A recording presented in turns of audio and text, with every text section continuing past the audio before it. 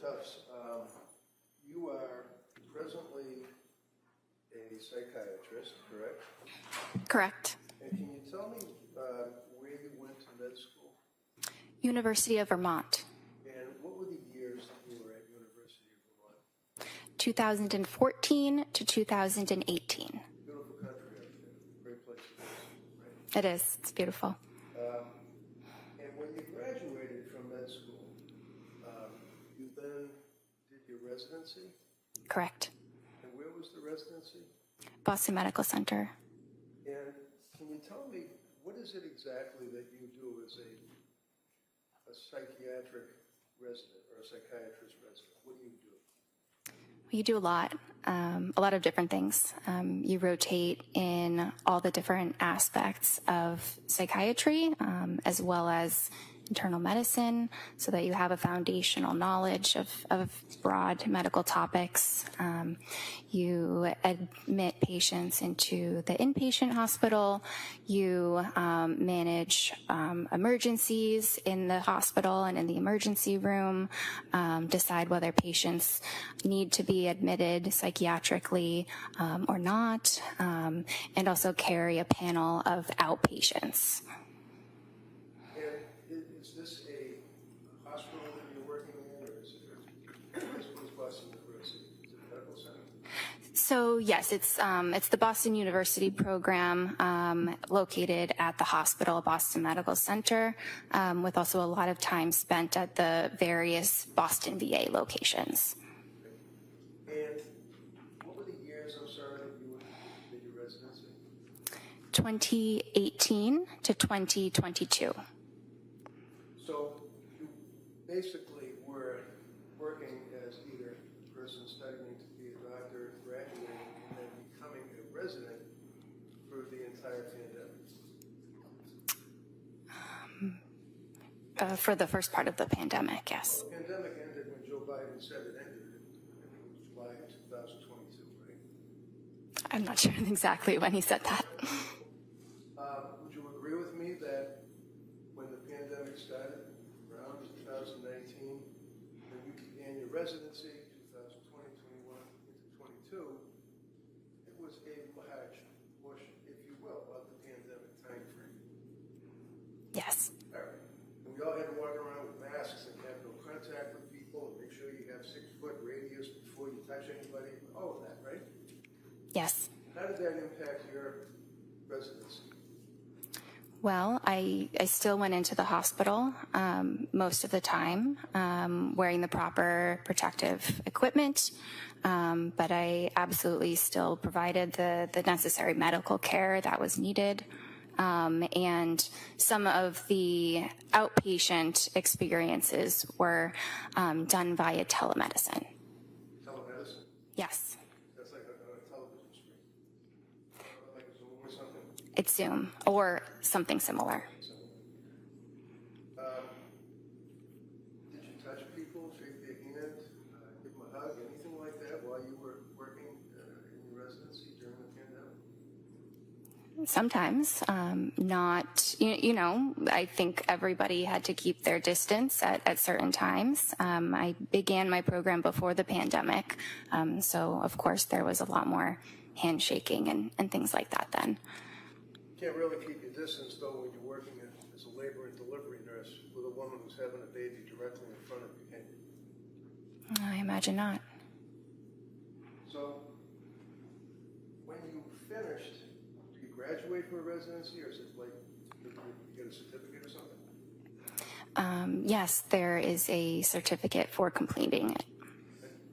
And then, at that point, you are now a licensed doctor? Is that how it works? Well, you're actually a licensed doctor the entire time that you're in residency.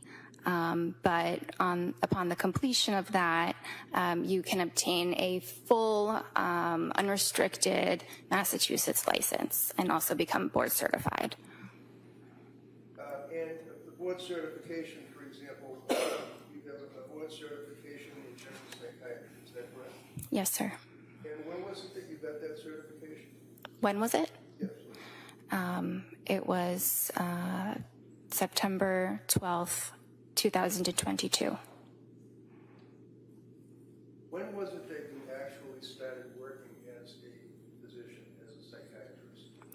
I started working as a physician and as a psychiatrist during the residency training program, but I started practicing completely independently at Astor Mental Health in August of 2022. August of 2022. Yes. Now, prior to working with or at Astor, is that ASTOR or ER? ASTER, like the flower. And what is Astor? What is it, like a group of doctors? Is it a medical center? What is it? It is a outpatient practice that is owned by a psychiatrist. It has a number of psychiatrists as well as therapists. And where is it located? Is it a brick and mortar type place where you have offices? Yes, the original offices were in Braintree, Massachusetts, and now there's an office in Peabody as well. Your office, where do you work? So at the time I saw the patient, I was working in the Braintree office. I currently work in Peabody. Where, I'm sorry? Currently in Peabody, Massachusetts. So when you start working at Astor, obviously like anybody else, you submit a resume, an application, you perhaps and then they hire you, right? It's a fairly lengthy process and a number of interviews with different staff at the practice, and some recommendations, letters of reference, verification of credentials, all of that. But yes, it can be comparable to another profession in that process. Now, in August of 22, when you, congratulations, obviously you were hired by Astor, how many women had you treated in your residency that were postpartum? With postpartum depression? Or just in the postpartum period? How many women that were in the postpartum period did you treat prior to August of 22? Many. It's hard to give an exact number, but I did have specific training in that population. In that population. And where did you have the training in that population? At Boston Medical Center. And can you tell us in that 2-year period approximately how many women that were in the postpartum period that you treated as a resident? Okay, so it's really hard to give an exact number, but if I had to say, at least 50. So in the 2-year period, you treated 50 people in the residency that had postpartum. And can you tell me, what is postpartum? What does that mean? Well, I just want to address that it was a 4-year period, not a 2-year period. Oh, I'm sorry. Okay. And sorry, what was your question? Hold on. You saw 50 people in a 4-year period that had postpartum. In other words, they had been after having a baby, right? Possibly, yeah, more or less. I saw a number of other patients. I saw much more than 50, but yes.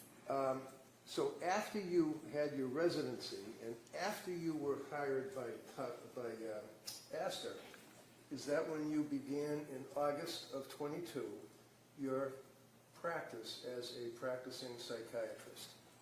Yes. And when was it that you actually got your DEA license that authorizes you to prescribe medication to citizens? So during residency, I had a DEA license, but it was affiliated with the with Boston Medical Center. And then when I started at Astor, I had my own DEA number. I don't know exactly when, maybe sometime around August. So August of 22, you start working at Astor.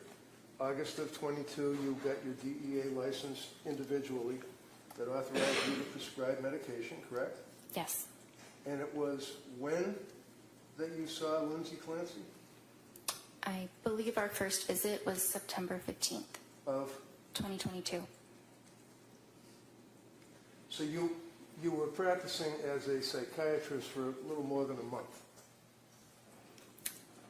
I was practicing independently with my full credentials for about a month, but the training is just immense that goes on before that. Absolutely, it must be. But that's a residency that you're talking about, right? Yes.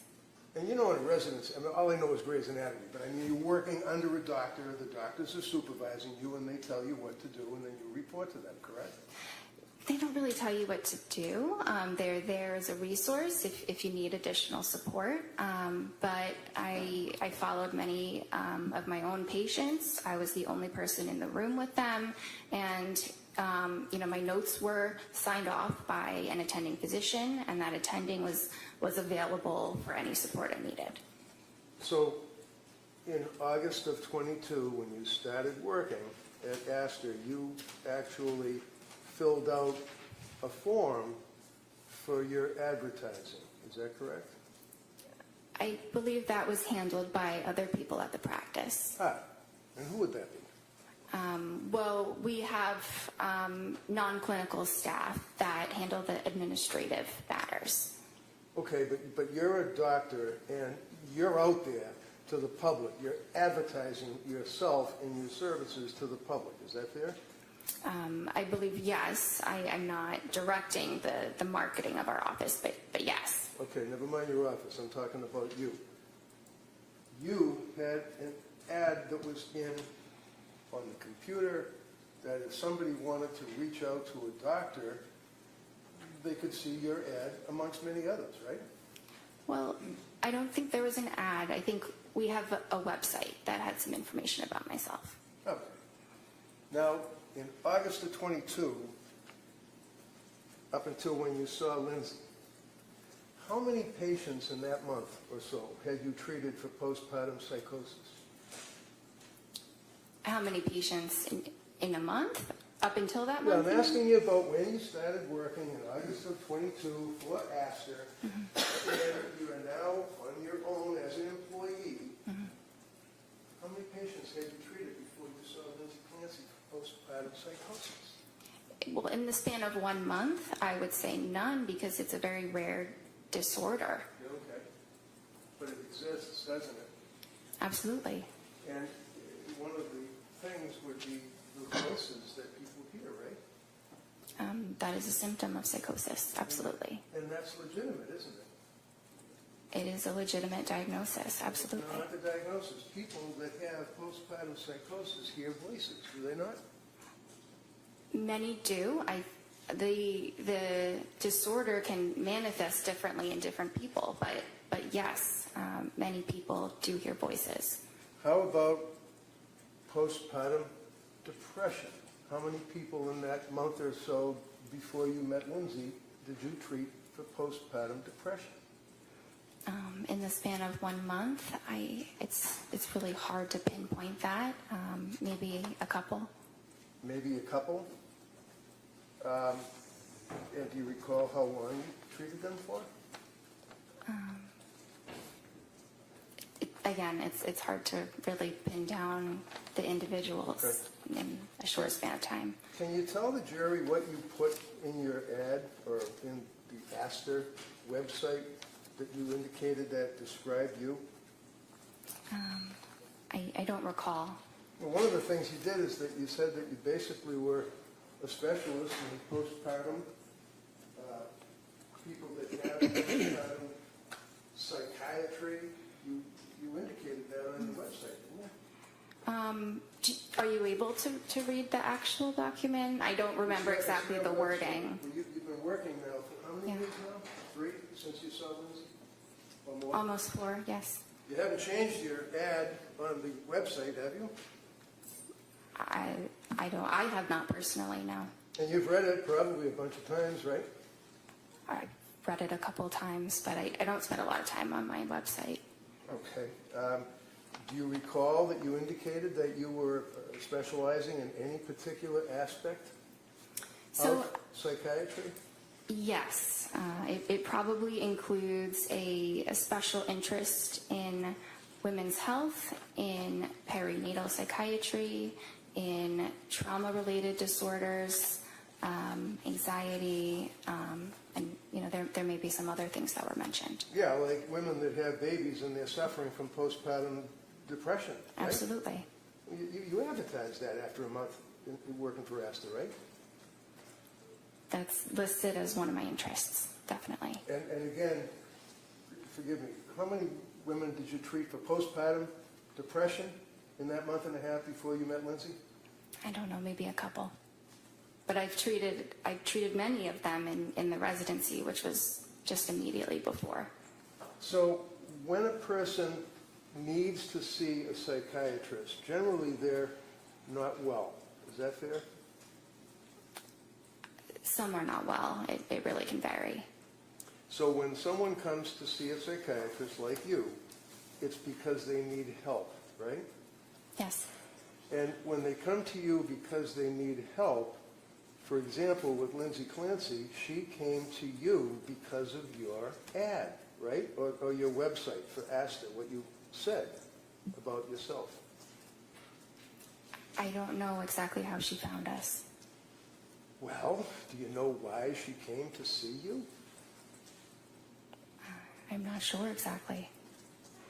Friday, we spent a long period of time going through your initial, or the initial intake that she had to fill out. Is that correct? You recall that? Yes, we did. And the district attorney kept asking you, and this is in September, is it September 12th? Is that when that form was filled out? I believe she completed the form on the 12th. The appointment was on the 15th. So what does a person do? Do they call you, or do they talk to somebody in administration? How do you get the form to fill out? Yes, our administration handles that. And what do they do? How does that happen? They send them the documents, probably by email, and the patient fills them out. Actually, it might be all within the portal that we use. Within the portal? The patient portal, yes. Okay, and that means that you go online and you can access Astor Mental Health, and then all these little drop-down boxes would come up? Something like that. Are you aware? Is something like that, or are you aware of what it does? So because I don't handle the scheduling and the sending of forms, I don't know exactly what it looks like. Well, this is the form that you're giving a person that needs help because they're possibly mentally ill. Is that right? Yes, and what's important is that I review the forms and we go through them in the appointment. Absolutely. Excellent. Yes. Now, understand that your records, Exhibit 219, I believe, the jury will have access to the Tufts records. Okay? You're aware of that, right? You know it's an exhibit.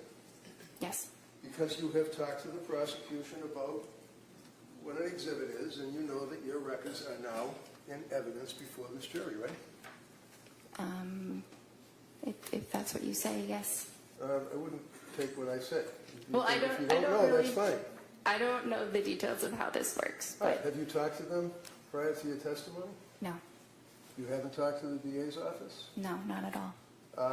You're a defendant in a very large lawsuit, are you not?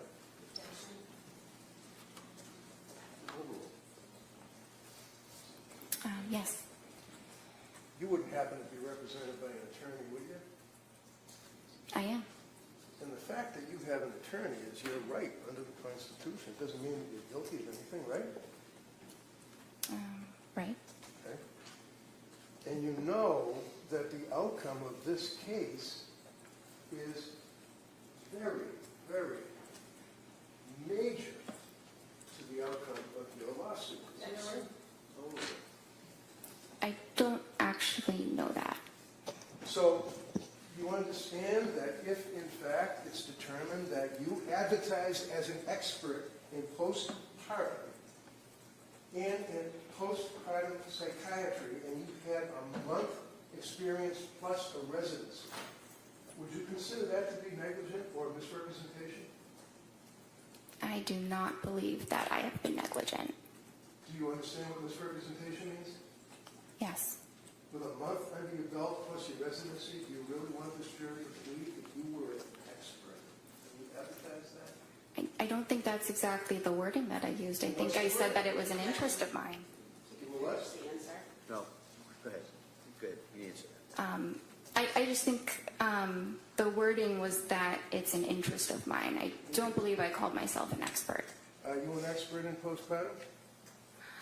I may be. I don't know. I think it depends on what you define an expert as. Well, when a patient comes to you and they fill out the form, you agree with me that your records reflect that form that she filled out on September 12th of 2022, right? Yes. And the form that the district attorney went through painstakingly with you is basically, it looks something like this, right? That's one of the forms that you got people fill out, right? Right? Yes. See the little check mark? Yes. Who puts the check mark in there? The patient. So how many pages, because I don't want to go through all the pages again, how many pages does a patient, or how many pages did Lindsay go through to check the boxes for acid? There were a lot of pages. It's a lot, 10, 20? Yeah, maybe between 10 and 20. Okay. And basically, they're all little checks in boxes, correct? Not just checks. No? So does the person then answer questions by typing in an answer such as, do you have any pending legal problems? No. Have you ever been arrested? No. Things of that nature, right? Those are some of the questions. And the questions also, do they ask the patient what medications they were on Yes. before seeing you? Yes. And Lindsay told you that she was on SSRIs in the past, right? Yes. And SSRI means what? A selective serotonin reuptake inhibitor. And that's pretty powerful stuff, isn't It's an effective treatment for depression and anxiety. it? Well, it affects the serotonin levels in the brain, doesn't it?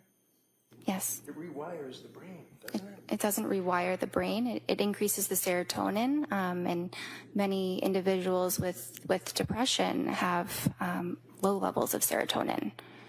So Lindsay told you that she had been prescribed an SSRI when she was in nursing school. Is that right? Yes. What was the SSRI? Prozac. And how long was she on the Prozac? I'm not sure. Never asked. I probably asked. Probably asked. Isn't it true? Don't you guys have a saying that if it's not written, it didn't happen? You take copious notes, do you not? It's impossible to write down every single thing that's said, so I write down what is clinically relevant, clinically necessary, but there's a lot that is discussed over an hour that is not able to be written down. Such as the fact that a person was on an SSRI when they were in nursing school is not an important fact to find out. Oh, no, that's important. Sorry. No problem. I'm not doing, the Sophie Cunningham at you. I'm just asking a question. That's all, and you can answer it, okay? How about if she had a reaction to Prozac?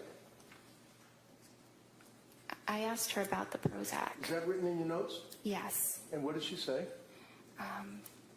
She said that she took it for a period of time. She didn't mention any side effects. Oh, she didn't tell you that she had side effects. I see. So when a patient comes to see you with a month under your belt and they're sick and they're looking for help, you wait for them to volunteer facts to you? She volunteered a lot of information. She knew very well what her medical history was and was able to provide that for me. Such as what? That she was in nursing school and took Prozac? That's part of it. And she told you that, right? Yes. And she was pretty upfront and honest with you, wasn't she, in answering these questions, right?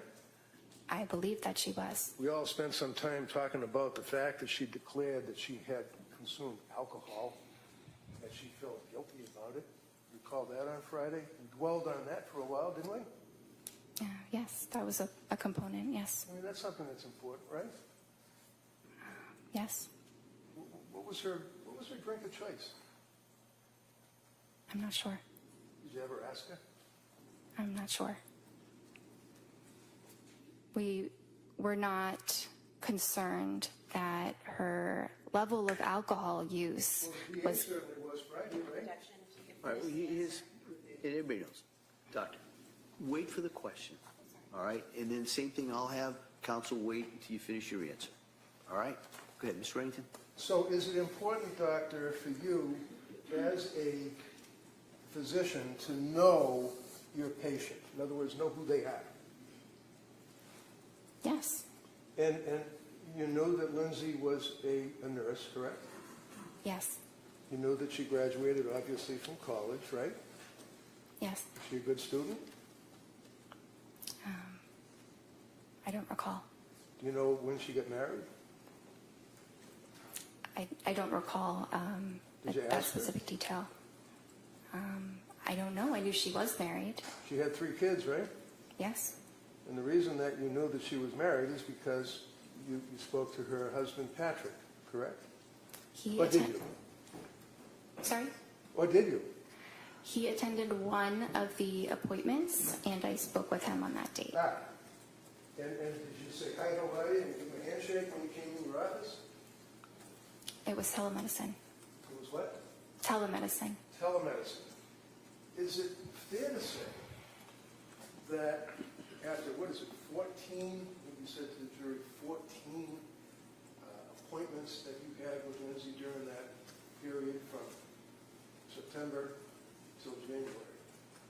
14 appointments? Yes. Every single one of them were by telemedicine, weren't they? Yes. Until you came in this courtroom Friday, you never saw this woman in person, did you? Correct. Were you ever concerned about her mental health as a person? Absolutely. She was crying. She told you symptoms that she couldn't get out of bed. Isn't that right? At one time, she said it was difficult to get out of bed Oh, difficult to But- get out. Why was it difficult for Lindsay Clancy to get out of bed? because she was very depressed. And did you give her a hug? Oh, no, you're on telemedicine, so you couldn't give her a hug, could you? You didn't have any chance to even look at her in person, did you? I could look at her. It was always a video appointment. I couldn't give her a hug, but that's not actually something that psychiatrists typically do with patients. I imagine. Now, I'm looking at you, and you've got the witness stand cutting you off in half, right? So I can't see from your waist down, your legs, your feet, your hands, anything. That's the same view that you have on the telemedicine, right? Yes. Isn't it fair to say that you've studied and that you've learned that there are objective manifestations that patients may have that would be a tell, like if you're playing poker, you have a tell, that would be an indicia of the fact that they're stressed or emotionally disturbed, right? Yes. Like hand wringing, right? Yes. Were you able to see the hands wringing when you were on telemedicine? I don't recall seeing her hands. You recall, you know how people sit there and they do this with their leg and the leg bounces because they're going through some type of emotional stress? You couldn't even see her legs, could you? I couldn't see her legs, but I knew that she was under stress. So when she came to you, September 15th, I believe, is the first time that you all actually discussed her condition, correct? Yes. And looking at the medical records, which the jury will be able to look at, it says, visit date, September 15th, 2022, and you can look along with me if you wish, indicates why she came to see you, right? Yes. Right? Yes? Yes. Okay. Why did she come to see you? According, not guessing and speculating, never mind the TV. You just look at your notes. Tell me what brought Lindsay Clancy to your office. Postpartum anxiety. Is that it? Is that what you noted in the records? Well, those were her words when asked, what are the problems for which you are seeking help? I see. Postpartum anxiety. Now, as a psychiatrist, meeting with this young woman after a month or so of working as a psychiatrist for Asper, there are tests that you administer to a woman who's in postpartum to find out what type of anxiety they have, right? Well, there are some screening tests, but the most important thing is what the patient tells you and what my assessment is in the session. I see. And that would carry through the Tufts evaluations for all 14 of those meetings, is what the patient tells you, right? Yes, and what I observe in the session Through the television. through the computer. What, if you can tell me, is the Edinburgh test? It is a scale that looks at symptoms of postpartum depression. And when you administer, that's a major test, isn't it, for a doctor to evaluate a patient for PPD? I wouldn't say it's a major test. It's a pretty big one, though, isn't it? It's the only one that measures the postpartum depression, right? It's a common one. So what? Commonly used. Commonly. All right, so when you used it on Lindsay, when was that administered to her? I did not use it on Lindsay. Why? We used the PHQ-9, which What is is PHQ-9? it's a depression screening form. That's like generalized anxiety disorder, general depression. It's got nothing to do with a woman suffering from postpartum depression, does it? I disagree. Well, do you agree that people perhaps that may know a little more than you determined that the Edinburgh scale is the appropriate scale to administer to a pregnant or postpartum woman? Sustained as the form. You're familiar with the Edinburgh scale, right? I've heard of it. And can you explain to me how it's graded? No, I cannot. There are 30 questions in it, are there not? I don't use this scale, so I don't know how many questions there are. So the Edinburgh scale, do you even know that the cutoff for someone that is depressed in their condition of postpartum would be 15? Anything over that, they're in severe depression? Okay. You know that her first Edinburgh test that was administered to her put her at a 23 Overall. severe depression? I was not aware of this test. I was not aware that this had been administered to her.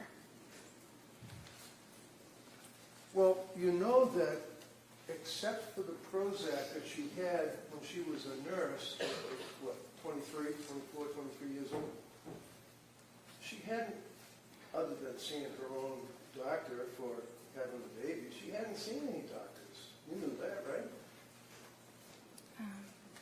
I didn't know exactly which doctor she sees. I think we ask about your primary care doctor, but she did not report any other medical issues that she was under treatment for. So is it important for Dr. Jennifer Tufts to know whether or not a patient who is coming to you for help has a prior medical history other than what they might tell you?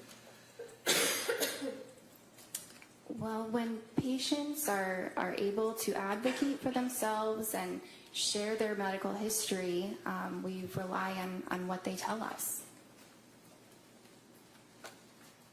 Was she able to advocate for herself, in your opinion, when she came to see you, when you evaluated her in September?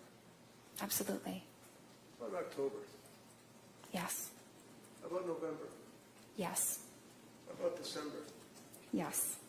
And your medical records, you would agree, show that during that period of time that she was deteriorating, was a word that was used on Friday. Isn't that right?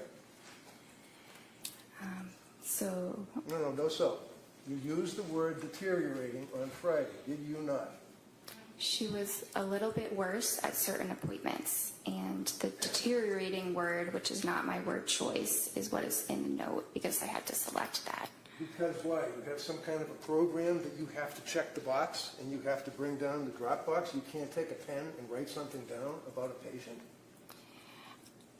There are certain parts of the note where I can write whatever I feel is necessary, but that specific aspect of the note is a button where you have to click one of three choices. So when the jury's going through your medical records, one of the things that they're going to see is that when you meet with a patient, you have a form that you fill out where it says, if you feel like you're going to harm yourself or somebody else, make sure you go to the emergency room, right?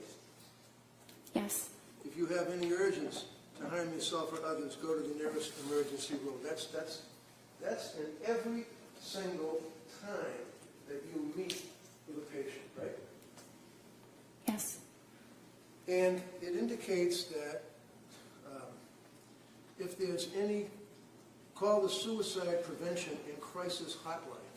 If you feel that you're in crisis, you may text home to a particular number anytime. What's a suicide hotline? It's a phone number that patients in crisis can call and speak to a trained counselor. Now, a psychiatrist, you'd agree with me, is not a counselor, that's for sure, right? Well, a psychiatrist has training in therapy as well as in medicine. Did you give Lindsay Clancy any therapy? There was some therapy incorporated in our sessions, Like but what? we did. Like what? Sorry. Providing emotional support, listening to Excuse her. me. Hold on, no, please. Hold on, hold on, everybody. She can. You ask the question, we'll let her finish, and then you can follow up with any questions you want. Go ahead, Doc. Anything else you want to say? So her sessions were largely focused on the medication management, but there was an aspect of therapy including those items. Okay, and the sessions were for what, 17 minutes? No, How long were they? 25 to 30 minutes. So 25 to 30 minutes on the television, and were you face the TV screen with her for the full 25 minutes? Yes. And that's not noted in your records. It says 17 minutes on all your records, doesn't it? So if you look closely, it says the therapy component was for 17 minutes. It doesn't say the entire duration is 17 minutes. So what do you do when you're trying to give therapy as a psychiatrist to a patient that came to see you? What do you do? What do you do with therapy? It depends on the person. Well, how about Lindsay Clancy? What did you do for therapy with her?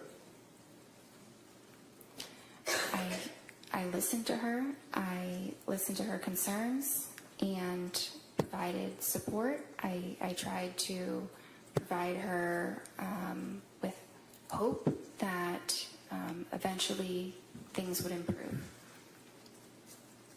So you listened to her, you listened to her concerns, and you'd agree with me that her concerns were, for example, that she actually was unable to sleep. It's one of her concerns, right? She was having a lot of difficulty with sleep. On the September 15th meeting, you indicate that her mood was okay, but her affect was anxious, and you called it incongruent. What does that mean?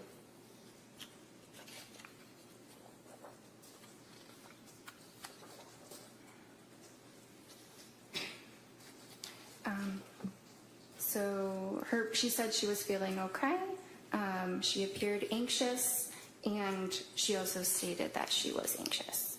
So one of the things that you talked about Friday is when a patient presents with an incongruent something or other, I don't remember, appearance perhaps, that would mean that they're saying, I'm okay, but they don't look like they're okay, right? Well, it could. I don't think her affect and her mood were really that incongruent at that time.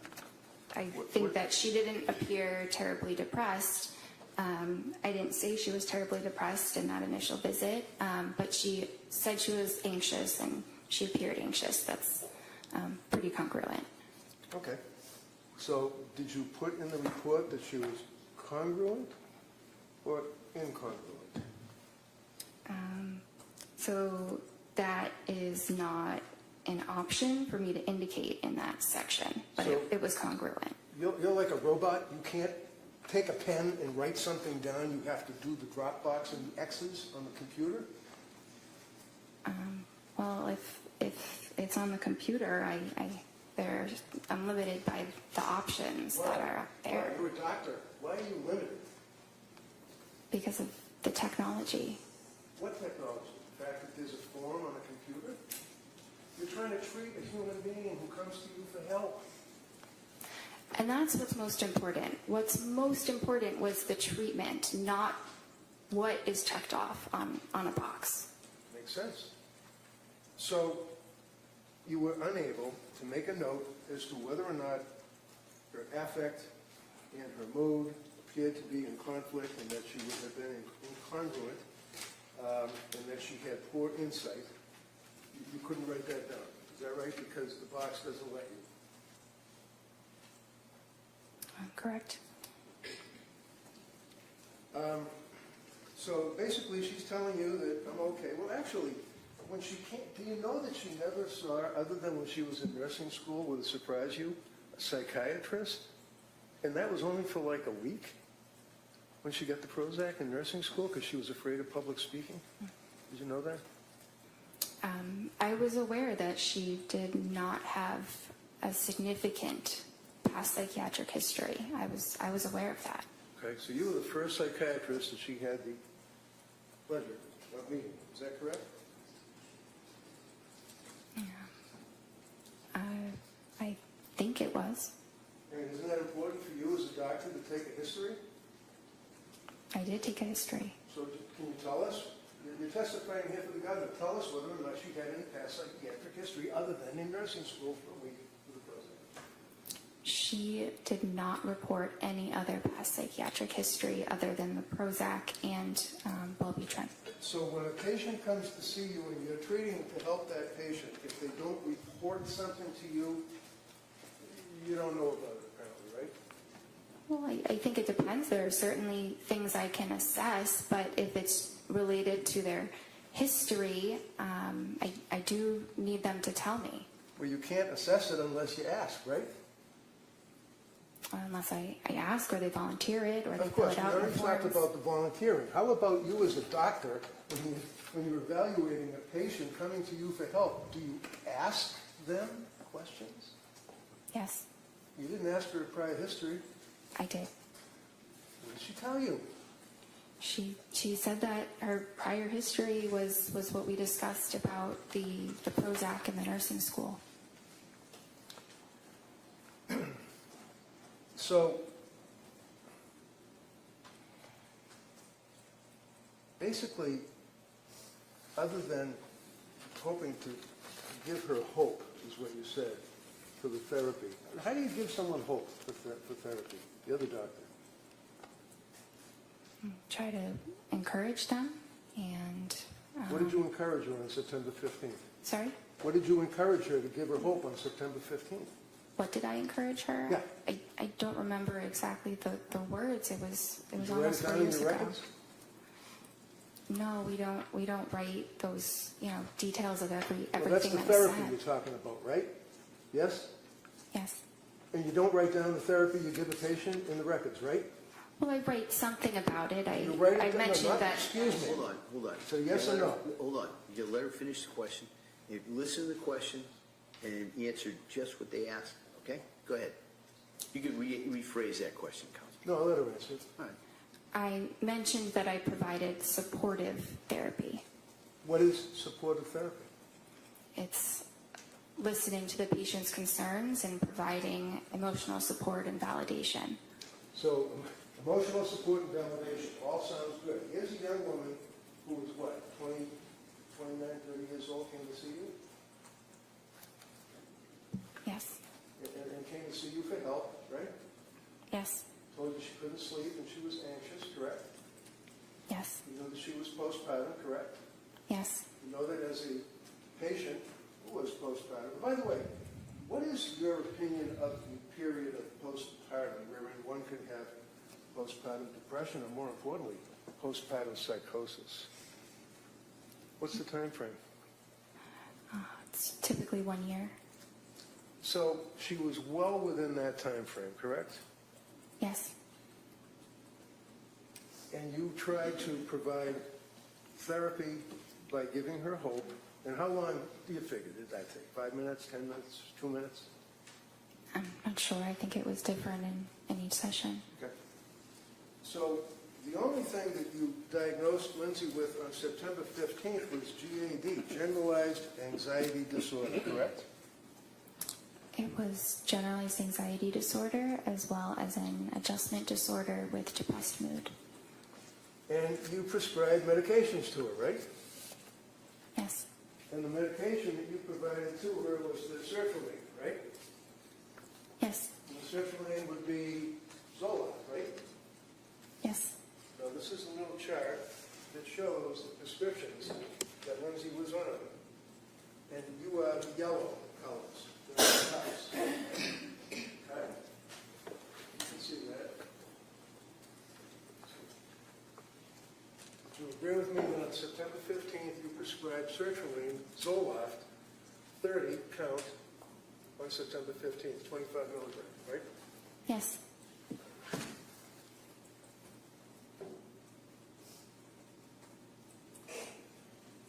Have you ever read the website for sertraline? The website for sertraline? Yeah. I mean, sertraline, Zoloft, is a chemical that is marketed as a pharmaceutical, right? Yes. Right? It's a pill, right? Yes. And as we said, it's an SSRI pill, correct? Yes.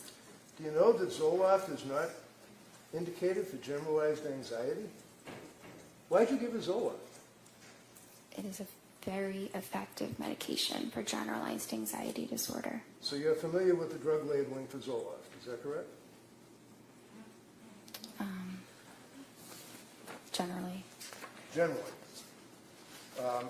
Are you aware of what the manufacturer of Zoloft indicates it can be used for, to treat? I'm aware that it's used to treat various forms of anxiety disorders as well as major depression. So when Lindsay came to see you, you know that she had stopped breastfeeding her son, right? Not at the time of the first appointment. When did she stop breastfeeding? In October? Something around then. You know that she had little or no psychiatric history other than seeing you, correct? And the Prozac, yes. You know that, in fact, that she had stopped drinking whatever it was that she was drinking, because you never asked, right? I was not concerned about her level of drinking. Well, it's in your form, right? That was at the intake, but Wait, you know that she wasn't drinking when you were meeting with her, correct? yeah, that's what she told me. Okay, and you believe what she told you, right? Yes. So when she sees you, she's not on any psychiatric anti-tropics or whatever they're called medications, correct? She wasn't on any medication. Correct. And she had stopped drinking anything, whatever it may have been, right? I'm not sure when she completely stopped drinking, but yes. You don't know when she started, when she stopped, what she drank, do you? Well, I was not concerned that she was an alcoholic. That's a yes or no. Did you have any idea? Because we spent a long time on Friday talking about her guilt and having that she drank alcohol. You don't know what she drank, when she started, when she stopped, do you? I know some details about her alcohol use, but it was overall minimal. What were the details then? Tell me what the details were. There was that one little box that was checked off. What other details were there? That she drank 1 to 2 times a week, 1 to 2 servings 5 times a week. And you don't know where, what it was? You have no idea, right? I think she had mentioned at some point that it was calming. It was something that was what? helpful. I'm sorry. Calming. Calming. Okay, Calming. so it was numbing. It was like trying to numb something, I guess, right? That's one way of saying it. I mean, I imagine you've treated veterans that had post-traumatic stress disorder, right? Yes. And would you agree with me that many times when people have an anxiety disorder or PTSD, whatever the case may be, they try to numb their feelings? Is that fair? Sometimes they do. And sometimes they use alcohol, right? Sometimes they do. But we don't know what alcohol she was. We don't even know if it was a beer, do we? I didn't think that was relevant for her. So, with all of that, with that information, you then prescribed Zoloft to her, correct? Yes. You went over the side effects of Zoloft, sertraline, I imagine, with her, right? Yes. Did you tell her that one of the known side effects is suicidal thoughts and actions and ideation? Well, that's specifically in children, so I don't think I mentioned that because it wasn't relevant. Not really. Suicidal ideation and homicidal ideation. There's a black box warning on Zoloft along with other SSRIs, right? Under age, Yes or no? for children and adults younger than Lindsay. Doctor, I apologize. Can you just listen to my question and answer it yes or no? Is there a black box warning on Zoloft? Yes. Okay. And a black box warning is required or prescribed by what? The FDA? Probably. Probably.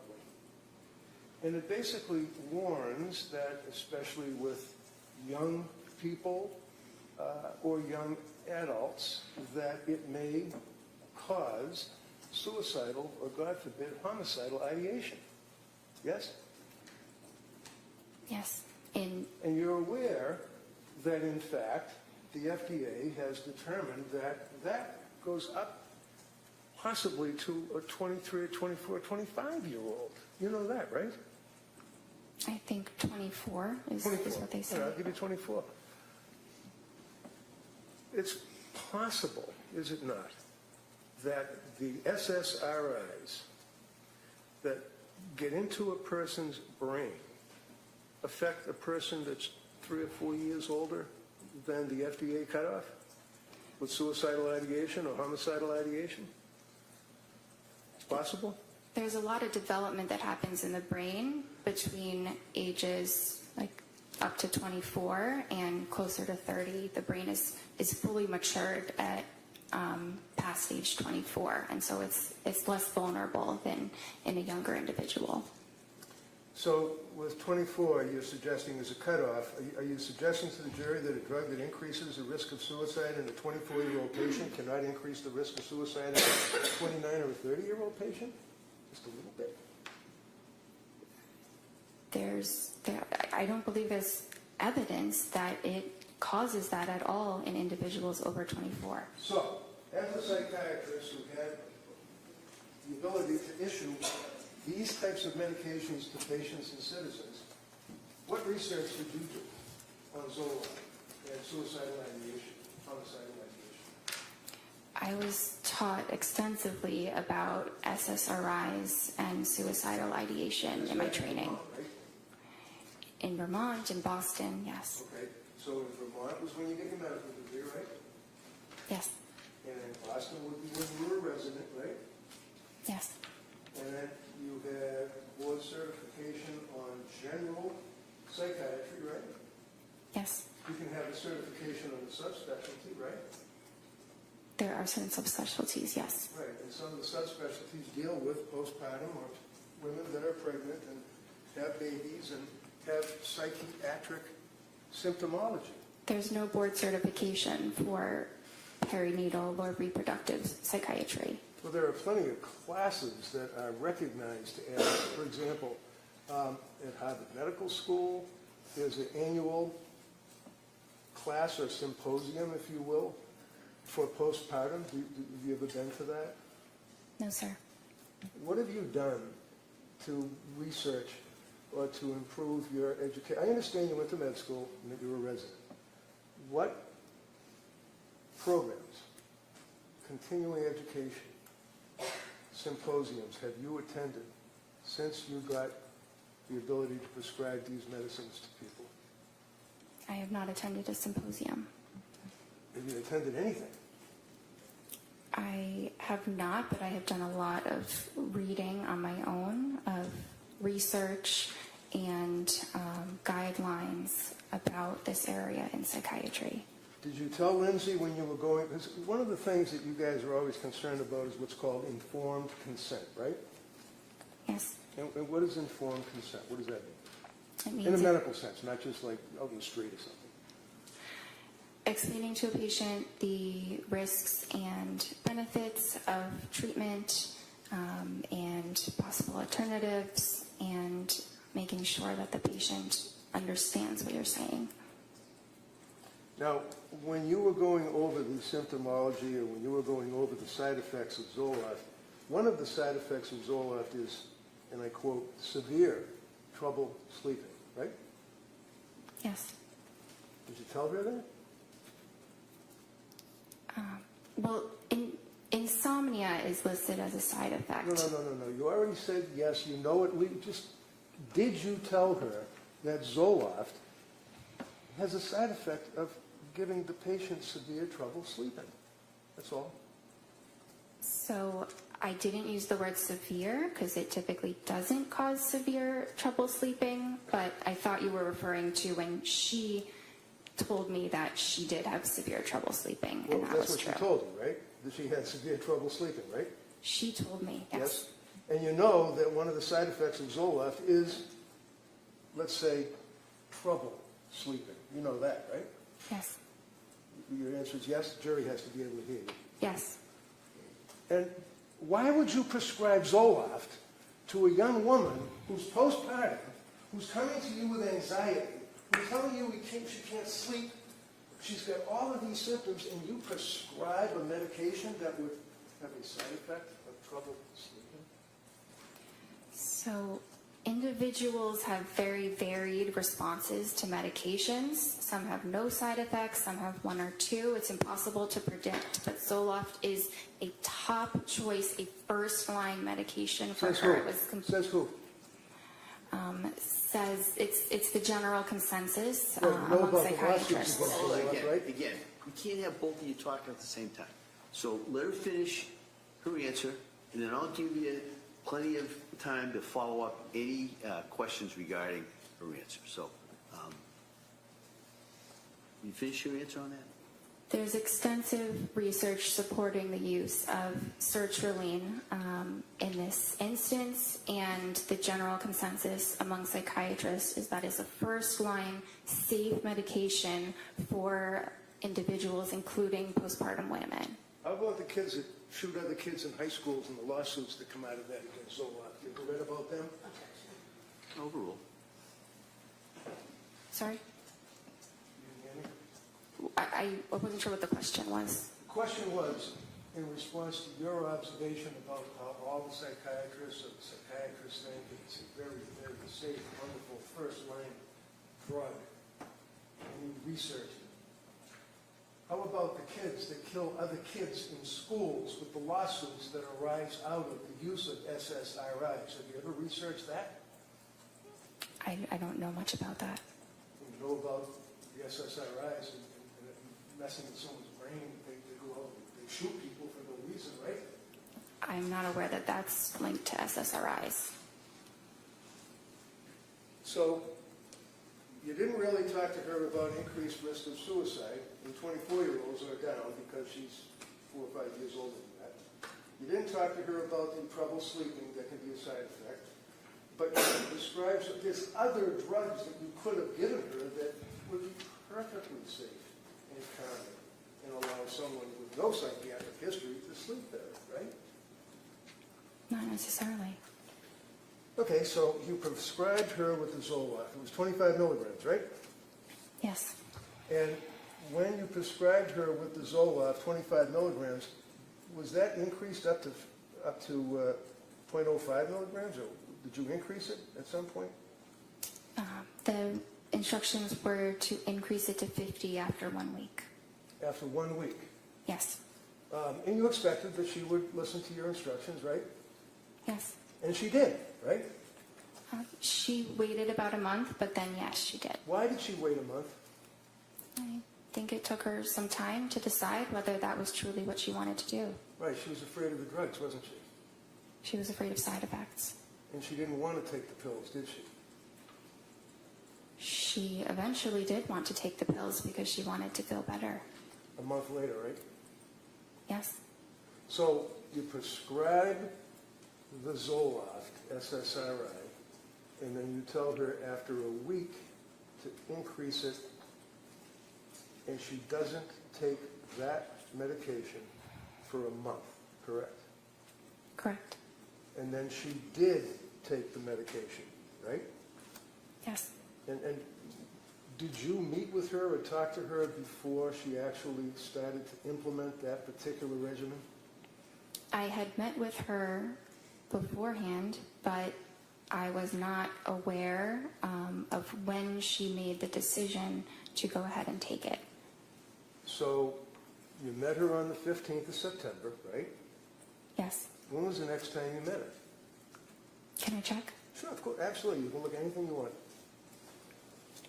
September 28th.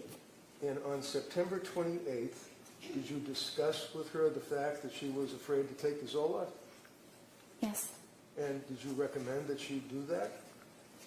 Well, she said that she was feeling better at that point and wasn't It's sure. a real easy question. When you talked with her, did you recommend that she increase or take the Zoloft? At that visit, I don't think that I did. Okay. So when did she actually take the Zoloft?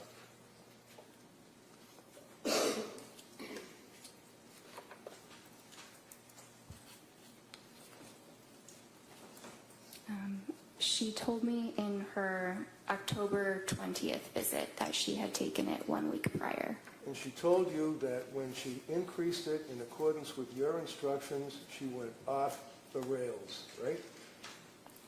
I don't think she used those words, but she had What words did side she effects. use to you as her doctor? She felt awful. Awful. Why did she feel awful? Did she have a stomach ache? Did she have a headache? Why did she feel awful? She did have some stomach aches. She had some diarrhea and had a difficult time eating. She also had increased anxiety. She had some more depressed feelings. She had more difficulty sleeping. And what was your advice to her as her doctor on the 28th of October, after she told you about the effect the Zoloft had on her? I told her to stop it. Stop the medication. Okay. Now, Zoloft being an SSRI, and a patient that is taking the Zoloft, and 0.05, we spent Friday afternoon going over the drugs, and 0.05 milligrams is the lowest dose, and all that. That's the dose that is prescribed to people, invariably, correct? It goes up to 200, but that is a starting dose. For pretty much all of you psychiatrists would agree with that, right? 0.05, right? 50. 50, okay. And you then told her to stop? Yes. What does it mean to titrate something? To slowly increase the amount. What do you tell patients when they're on an SSRI as to weaning them off the SSRIs? Depends what the dose is. If it's a high dose, you need to slowly decrease the dose, so kind of the opposite of titration. But if it's a low dose to begin with, you can stop it. Are you supposed to tell a person that's on an SSRI to stop immediately or to slowly withdraw from it? At 50 milligrams, it is perfectly fine to stop it immediately. So you didn't have any concerns at all about telling her to immediately stop taking the Zoloft. And what did you do, put her on another drug? Not immediately. Okay. So did she relate to you on that October 28th meeting that you had? Was it the 28th or the 26th? I met with her the 21st and then the 26th. Okay. Now, on the 26th of October, what did she tell you her condition was? So she was feeling back to how she was before the Zoloft, which is not great still, and that she was considering a new medication. So she was considering it. Did she do research on medication as to what medication she wanted to take? Is that what you're telling this jury? She didn't specify exactly what medication she wanted to take, but that she wanted to try something else because she was still having significant anxiety. So when you say she wanted to try something else, I'm just asking, did you tell her what you recommended she try, or is that something that she decided she'd do on her own? No, I gave her my recommendation. Okay. The only reason why I ask that is that, you know, a lot of times people might think that she's a psychopharmacologist, that she's a heart surgeon, that she's a vascular surgeon, that she knows everything about medicine. That's not true, is it? No.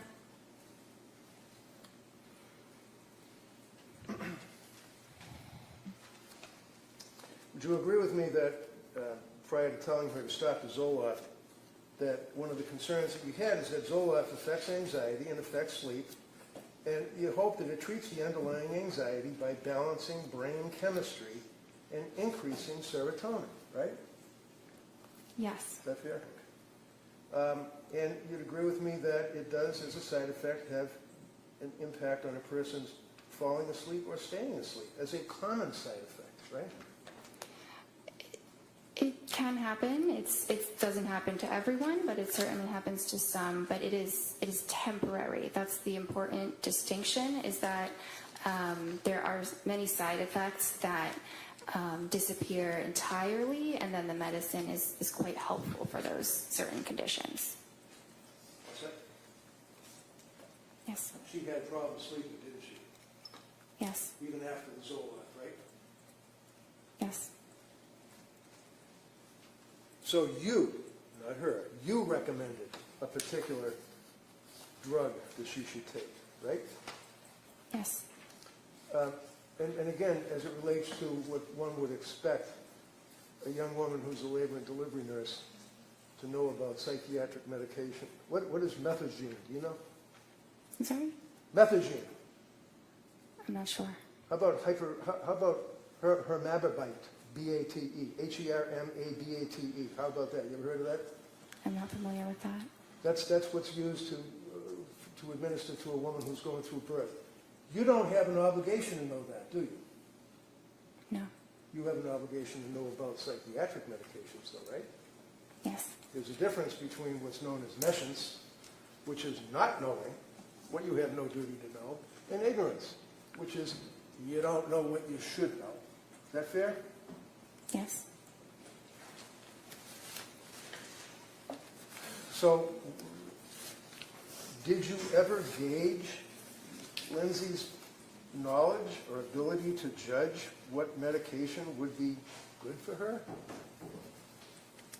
So that was my role. Right.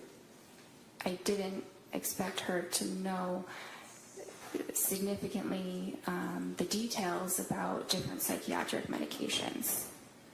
Is it important to know that a woman that's coming to you because of postpartum issues, shall we say, had prior problems in prior deliveries? Yes. And you'd agree with me that you're on the front line of healthcare for pregnant women when someone comes to see you, either pregnant or after having a baby, right? They're usually referred by a therapist or an OB, but yes. Okay. So being on the front line and dealing with these people, and you advertise that you deal with pregnant people before they have babies, right? Yes. And after, correct? Yes. Did she have any prior issues with her prior babies? I knew that she had some anxiety symptoms with her prior, after her second child was born. And that would be Dawson? Yes. And when she saw you after having Callan, how old was Dawson? A few years old, maybe 2 or 3. Did she tell you what the side effects were after she had Dawson? She did. I did not list them because... Excuse me, That means you didn't write it down? Yes. So what is it, your memory that we'll go by that, right? Sorry? We'll go by your memory? Go by my memory about what? I don't recall exactly which side effects she said, but I recall that they were some of the very common ones, the ones that are temporary. Hold on.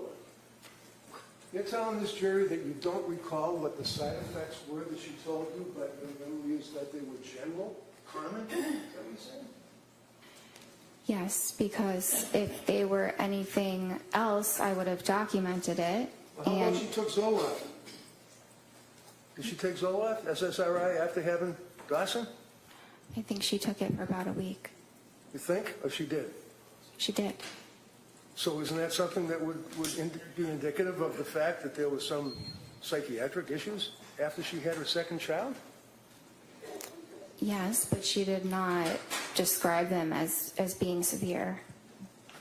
Well, as a psychiatrist, can you ask her whether or not they're severe, or do you just wait for them to tell you? Based on her description, they did not sound severe. Tell me about bipolar. What's bipolar? Bipolar is a mood disorder that has both depressive episodes as well as episodes of mania. And is it your understanding that if a person has a difficult birth and in fact has some psychiatric attributes as a result of that difficult birth, that you should not prescribe SSRIs to that person because they could be bipolar?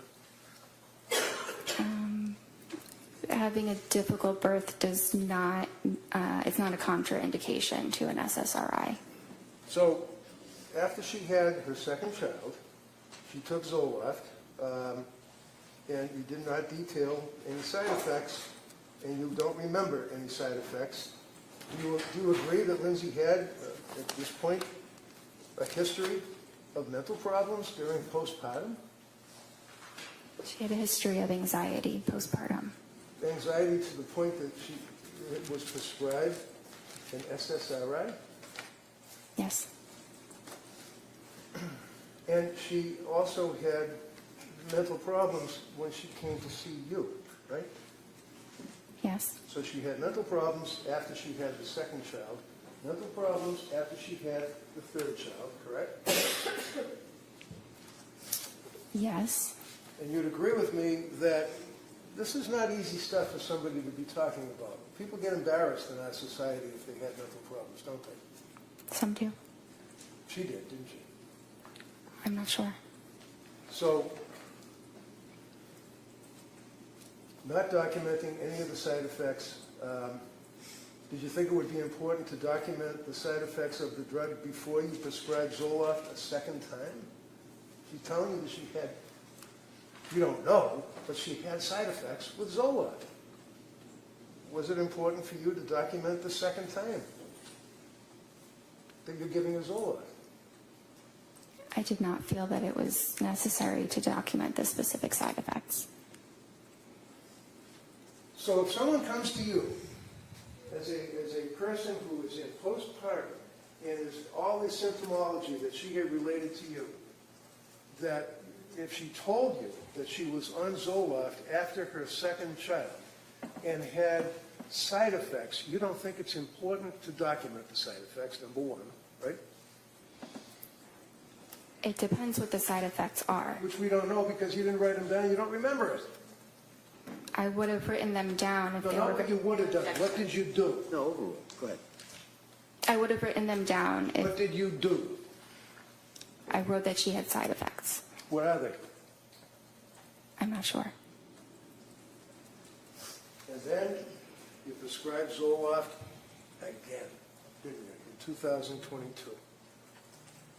Yes.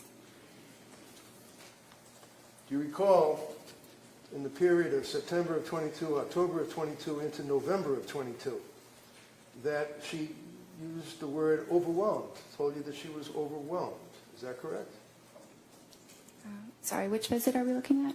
Well, the period of time, September, October, November, she used the terminology that she was overwhelmed. Yes. Okay. And when you were treating her, you didn't think that she was just merely overwhelmed with 3 children. You knew she was really struggling, didn't you? I did.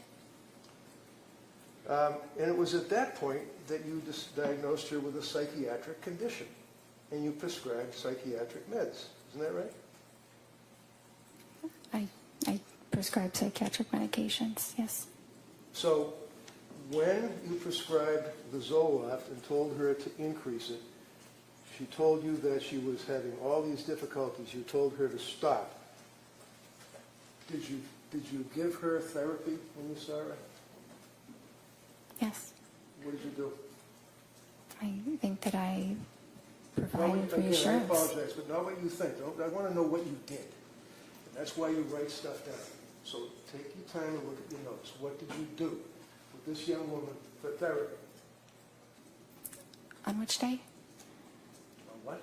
Which day are we talking about When specifically? she came to you and told you that she was overwhelmed, and you diagnosed her with a mental illness and prescribed a psychiatric condition for psychiatric meds, what therapy did you give her? Because you told us that when you're on the television, you still give them therapy too, right?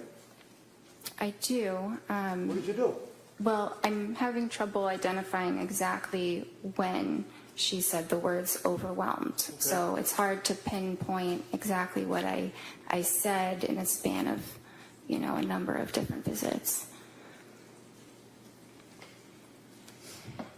Did you indicate that there's information on the website that if a person has an emergency that they should do something?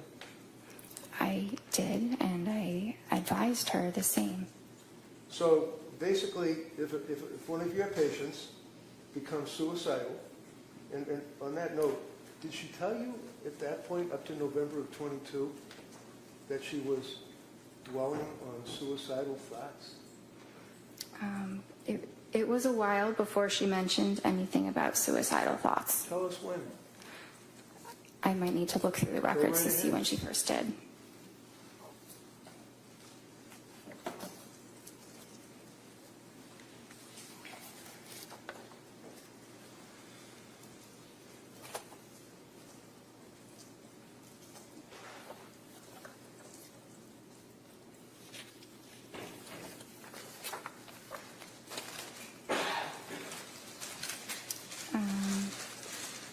December 1st. So on December 1st, what did she tell you? That she denied feeling suicidal, but that she was close to feeling suicidal. That's kind of like being a fisherman out in the ocean who's worried about the possibility of a storm and is thinking about the storm and is dwelling on the storm, You're almost in fear of the storm, right? Protection. No, bro. Isn't it? I guess. So when she tells you that she's, and I don't want to put words in your mouth, what did she say? She's having suicidal thoughts, or what did she say? All close to it? She denied having suicidal thoughts, but felt that she was getting close to it. Okay. So she was dwelling on it or thinking about it, right? Is that fair? She was fearful of eventually having those kinds of thoughts. To kill herself. Yes. And how frequently were the thoughts? I'm not sure exactly how frequent they were. Did you ask her? It's Sorry? very likely that I did ask her the frequency. Wouldn't that be in your medical records? When you see some patients, you have some patients other than Lindsay Clancy at that point, right? Yes. And you document when a patient, my God, when a patient comes in and tells you that she's in postpartum distress and she's close to having suicide thoughts to kill herself, that's important, isn't it? It's important that I am aware that she's having these thoughts, What thoughts? that she is fearful she could become suicidal. And she told you, I imagine, or you asked, how frequently these thoughts were. I don't have it documented how frequently they were, but that is a question that I usually ask when we're talking about suicidal When we're thoughts. usually testifying in a murder case, we usually have facts that we can tell the jury, not speculation. Objection. Yeah, sustained. Did she tell you, or did you ask about suicidal thoughts? Yes. What did she tell you?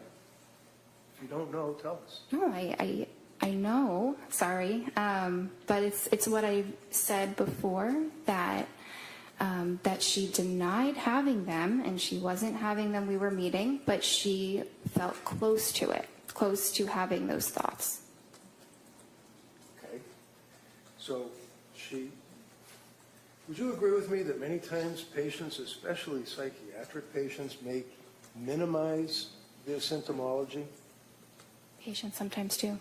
And sometimes when a woman has just had a child and has other little kids at home, you're worried about the government taking kids away from them because you're a mandated reporter, aren't you? Objection. This is the overall. You're a mandated reporter, aren't you? I am. And if she told you, I'm having suicidal thoughts, I'm close to it, homicidal thoughts, you'd report that, wouldn't you? Not necessarily. I think it really depends on the context, but having suicidal thoughts alone is not a reportable condition. All right. So basically, we know that she was close to having suicidal thoughts to kill herself, whatever that means. We don't know how frequently she was having them. Yeah? Today, I don't know how frequently, but at that point, I believe I did know how frequently they were. Okay. So as a result of that, you then gave her therapy, I imagine, right? Through the television. Yes. And what therapy did you give her in November of 22? I gave her supportive psychotherapy. And what does that mean? It sounds great. What do you do? It's listening to the patient and providing. Sorry? Listening to the patient, like when they say they're having... Hold on. Good. Sustained. Next question. So... She could finish the answer. Right. Next question. Thank you, Judge. Listening to the patient, that would be when, for example, one of your patients tells you, after all the treatment that you had provided prior to that, all the symptomology that she had, insomnia, anxiety, all of that she's close to having suicidal thoughts. That would, I imagine, impact on you. Yes. So what did you do with this psychotherapy? So I provided emotional support and validation and What does that mean? Validation? encouragement. What does that mean? Something like, I understand this is a very difficult time. It really, it varies on the individual. Sure. How about Lindsay? I don't remember the exact therapeutic words that I used. Okay. How long did you give the therapy? Validation and all that stuff? I don't remember exactly the duration. Be about 10 minutes? Maybe. Through the television, right? Through the computer. So, as we pointed out, you tell the people that come to see you, when I say you, I mean collectively Astor Medical, that you would expect that if a person is in crisis, as you guys say, or is suicidal, that they would have to go to a computer or their cell phone, right? They would have to punch in your office, right? Look up the number. We advise them to call 911 or go to the emergency room as quickly as possible. How about suicide hotlines? Do you give them advice to call them? That's an option as well, yes. Sure. Did she call suicide hotlines? I was not aware that she did. Did you ever ask her? I don't think I specifically asked that question. Not specifically. Did you ask her anything? Did you beat around the bush maybe? You ask her anything about suicide hotlines? I don't think I asked her about suicide hotlines. Would it surprise you to know that she called suicide hotline in that time frame, not once? but twice, and was turned away? You guys were in the front line of this, aren't you? No, overall. It does surprise me, yes. It does what? It surprises me that she called them twice. And you never asked her if she had ever called the suicide hotline, did you? I don't think that I did. I understand. You're a doctor. You were trying to do the right thing. You obviously, this is just horrible, isn't it? Yes. She continued on with her treatment with you, correct? Yes.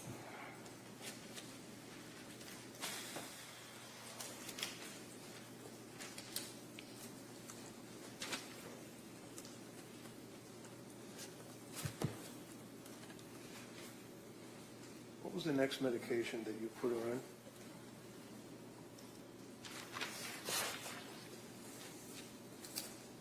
Let's say we're up to, I guess it would be the October 26th date. Is that right? October 26th. Is that when you prescribed Ativan?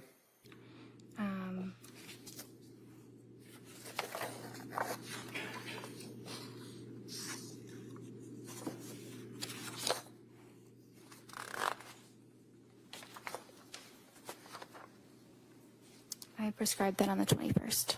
Sorry? I prescribed the Ativan on the 21st. All right. Did you prescribe anything on the October 26th appointment? Yes. And what was that? Buspirone. Buspirone.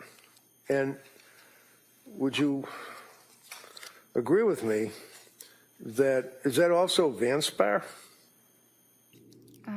Buspar or Buspirone are the common names for it. Okay. You ever heard of Vanspar? V-A-N, V as in Victor, A-N-S-P-A-R? You ever heard of that? No, I haven't. Okay. And would you agree with me that there are a number of side effects of Buspirone?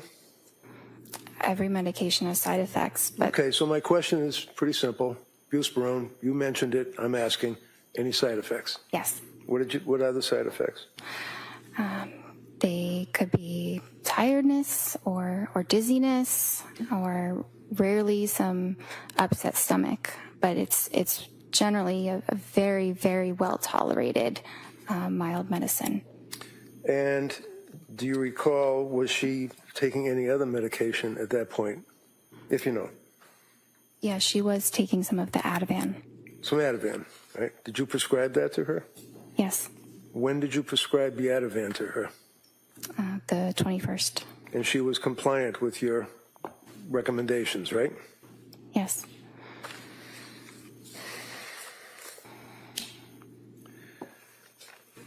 Was she also reporting to you that she was taking Benadryl, like over-the-counter stuff? It was being used as needed, yes. So that's PRN, on the record is PRN or whatever, you take it as required, right? Yes. And she reported to you that she was taking Benadryl, right? She reported that, yes. And you didn't document how much she was taking, right? It's only available as one dose over the counter. Okay. Did she re-up the dose over the counter? Do you know? She didn't tell me that she did. Did you ask her? I don't remember asking her about if she increased it. I think she was just taking one of them. You think? Did you know that Ativan and Benadryl are contraindicated, that they can have a serious impact to the central nervous system and depressant effects? Yes, but can I explain that when they say depressant? Excuse me. The answer is yes, right? Is the answer yes? Yeah, if the answer is yes, if that's the question, the Commonwealth may be able to ask you further questions if you'd like. Well, I can't say yes to that entire statement. All right, next Did question. you discuss anything about Benadryl combined with Ativan on October 26th? I don't recall.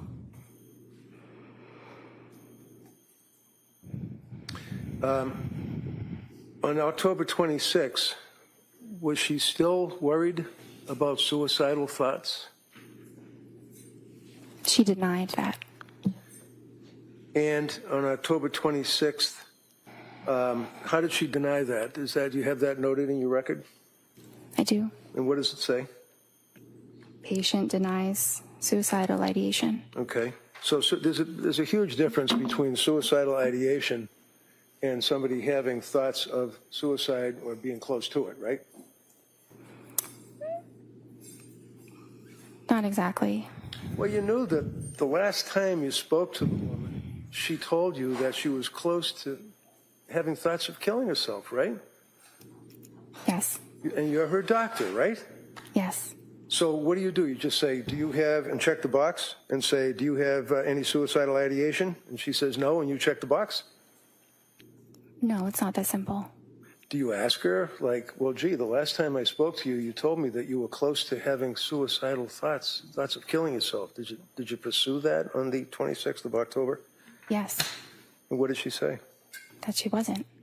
Now, how long was that appointment, if you recall? Would you agree it was 17 minutes and then there was some therapy? The entire appointment was something between 25 and 30 minutes. And that was again through the television, right? The computer, yes. Computer. Did you also add a drug called hydroxyzine? Yes. When was that? So that was the same visit as an alternative to the Benadryl. Okay, so on October 26th, when she told you that she was taking over-the-counter Benadryl, I asked you what you prescribed to her, and you said Ativan, right? Right? Yes. And then I asked you about the contraindication of Ativan and Benadryl, right? You asked me about that, yes. And then you, on October 26th, started her on Buspar, correct? Yes. And what is the purpose of Buspar? Is that for anxiety? Yes. And what kind of drug is Buspar? It doesn't really fall into a class, but it does act on serotonin. So it's another, similar to an SSRI, right? It's kind of like a more mild version of an SSRI. Okay. So she's on Benadryl over-the-counter, Ativan, which is a benzodiazepine, Buspar, which is an SSRI, and then you prescribe hydroxyzine on the same day, right? They weren't all to be taken at the same time. What's hydroxyzine? Hydroxyzine is an antihistamine. Okay. Is that over-the-counter, or is that, can you just buy that over-the-counter, or do you have to go to the back where the pharmacist is? You have to go to the pharmacist. Okay. And as far as you're concerned, she was taking the medications as she was required, right? That's what I was told. I'm sorry? Yes, that's what I was told. Did you, by her? Yes. And did you at any time tell her that she should keep a diary of her medications and keep a diary of any side effects that she has? I didn't instruct her to do that. You don't have to instruct somebody to do anything, but did you recommend it? Like say, hey, if you're on all these meds, if you're having an effect, you should write it down. When, time, date, anything like that? I didn't tell her to do that. Would that be helpful? Maybe, but usually we go through all of that in the appointments, and we met very frequently. Now, you'd agree with me that at this point, prior to the next appointment, which was November 2nd, she had gotten significantly worse, even after all this medication that you had been prescribing, right?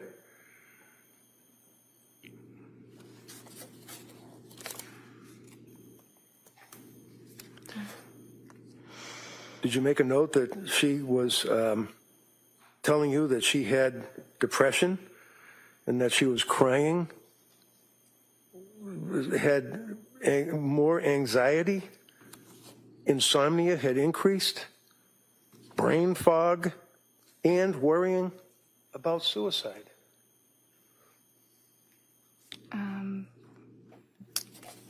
In the couple weeks after starting those medicines, I don't recall that the symptoms were significantly exacerbated. Okay. Friday afternoon, you answered the DA and you said that you recall that she used the word brain fog, right? She used that at some point. I don't recall when. Okay, what is brain fog? It's a very subjective feeling that someone might have where maybe it's, hard to think of a word that you're trying to think of, or maybe it feels like, maybe you're thinking of things a little bit more slowly than you normally would. And how often was she dwelling on suicide? At what point? At the point she told you that she had anxiety, insomnia, brain fog, crying inconsolably. Objection, if we could have a date. I think he's going to get to that. Go ahead. October 26th, heading into November 2nd. Do you recall, I'll rephrase it, do you recall going into the November month, meeting with her, and she told you that she had brain fog?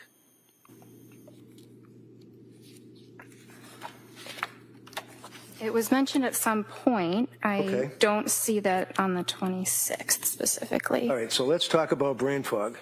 Did you ask her what that meant? Because when you say subjective, that means that's her interpretation. That's in her head. She's telling you, right? Yes. As opposed to objective, which would be what people in general would think, right? Yes. So when she's telling you, in addition to the anxiety, in addition to the crying, in addition to the stress that she was undergoing, she was worrying about suicide, she talked about brain fog. So you must have asked her, what does that mean? Subjectively, what does that mean? Subjectively means in the patient's, own opinion. That's what their experience is. Okay, so she's the one that's inside her head, right? Yes. So what were the symptoms? What is it? When a patient tells you that they have brain fog, is that something you would consider as being a potential side effect of the medications that you would put her on? It depends. On what? I mean, sometimes it could be, and sometimes it could be unrelated. It's a symptom of depression as well. So sometimes it's hard to tell what it's attributed to. So at this point, heading into November, your answer was to prescribe more medication, 3 more drugs, right? You prescribed Ativan, or increased the Ativan. What was her load for Ativan at this point? Do you remember? Sorry?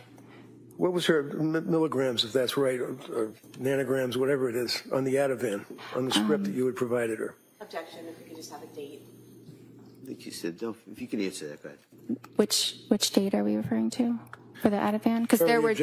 I'm sorry. She already objected. He already said you can answer it. When did you increase her Ativan and to what level?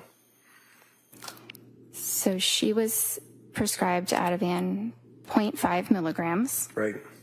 And then when I next saw her, she said it was a little bit helpful.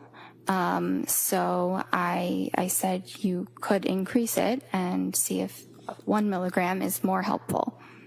Did she increase it? Yes. And when was the next time you saw her to talk to her on the television or on the computer? Well, I saw her on the 26th, and then I saw her on the 31st. I'm sorry. How was she on the 31st? Halloween. Sorry. How was she? That's not my note. That's her therapy note. Okay. So how about this November 2nd? Was that the next time you saw her? I saw her on November 2nd. And she told you that she was hesitant to use the medications, the Buspar and the hydroxyzine, right? She said she was hesitant to try the Buspar. She was scared of the drug. She was scared of the drugs, right? She was afraid to take a medication. She wasn't doctor shopping and asking you to give her drugs so she could get high. She was asking you for help. Isn't that right? Yes. And she was afraid to take the drugs and told you that she was afraid to take the drugs, right? She told me she was afraid to take the Buspar. Did you advise her or counsel her or give her therapy about that? Validations? Yes. And what did you tell her? Well, I advised her of, the the risks. What were the risks? Well, the risks of medicine, like we had said, sedation or dizziness. Okay. How about interfering with sleep? Buspirone doesn't usually interfere with sleep. Not usually? Did you ask her about any thoughts of suicide or being close to having thoughts of suicide? Yes. Did she indicate to you that she had any thoughts of suicide at all? Not at that date. Did she use those words, or is that a box that you checked off?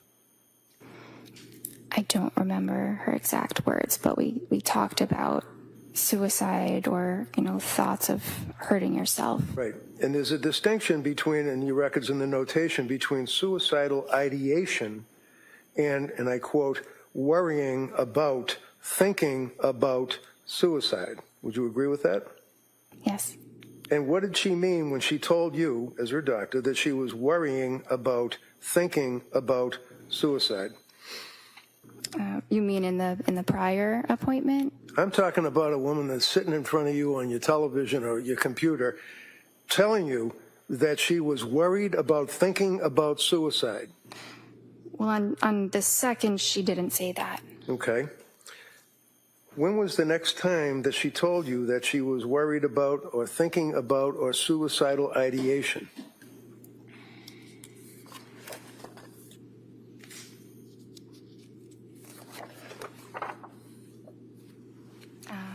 That was the December 1st visit. Okay. So go back to the November 2nd visit. Would you agree with me that she, after you talked with her for that period, however long it was, that you then brought up 4 medications to her, recommending that they might be safer, and I quote, safer alternatives? Would you agree with that? I see the word alternatives, not Okay. safer alternatives. Do you remember talking to her about Remeron? Yes. Did you recommend that she take Remeron? No. Did you ever prescribe Remeron? No.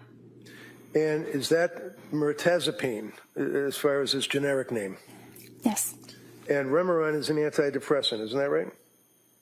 Yes. And you did not feel that that would be an appropriate medication for her to take at that time? It was a very reasonable option, but we didn't decide to start it. So is this a collaboration? In other words, you and the patient, you would both make a decision as to when to start a drug? Or is it your decision and advice to the patient? Well, it's ultimately my decision, but the patient's thoughts about the matter are very important. At the end of the day, the patient has to go home and take it themselves. I'm not there to ensure that that is happening or not. So you had a November 22nd appointment, right?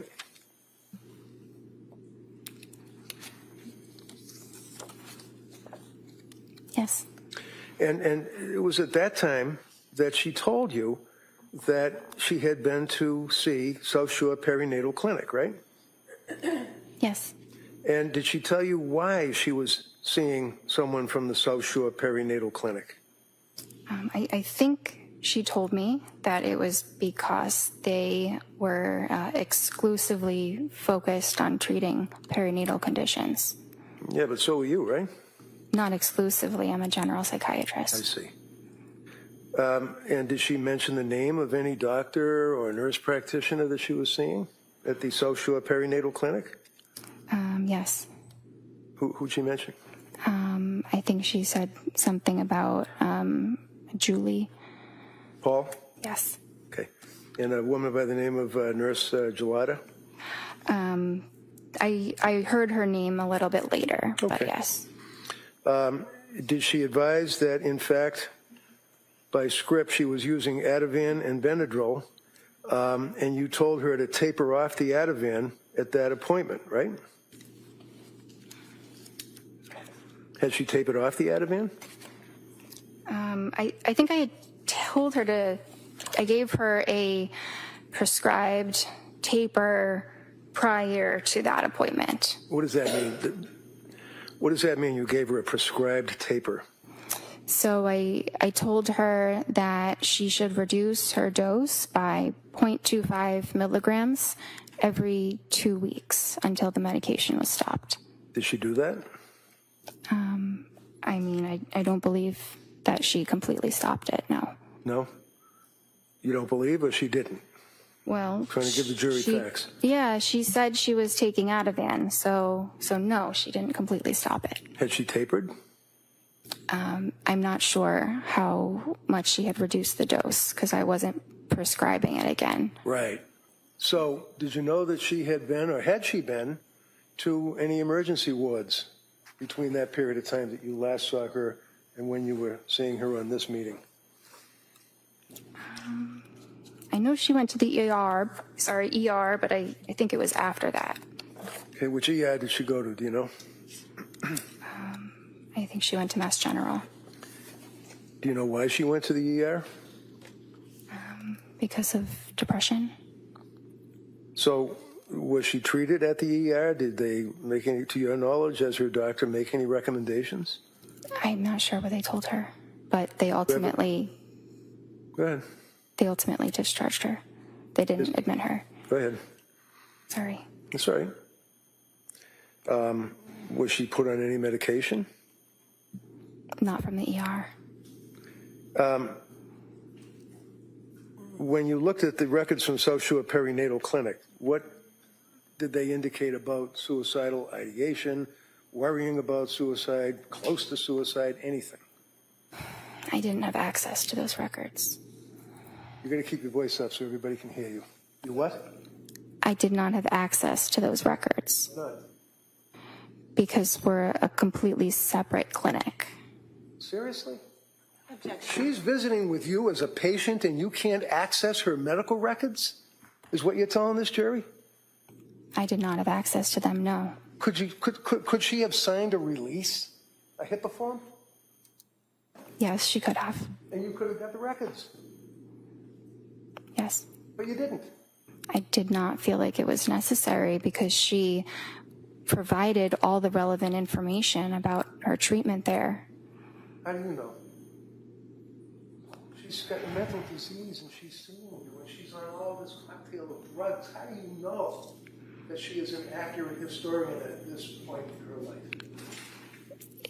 It felt very accurate when she was able to recall the names of the medicines, doses of the medicines, specific days. She provided a lot of incredibly detailed information. So it showed me she was capable of doing that. So when you talked to her husband, Pat, how many times did you talk to her husband, Pat? I think The guy was living with her. I think it was once. And he came to your office, right? No, he didn't. He got on the television on the computer screen, right? Yes. And when was that?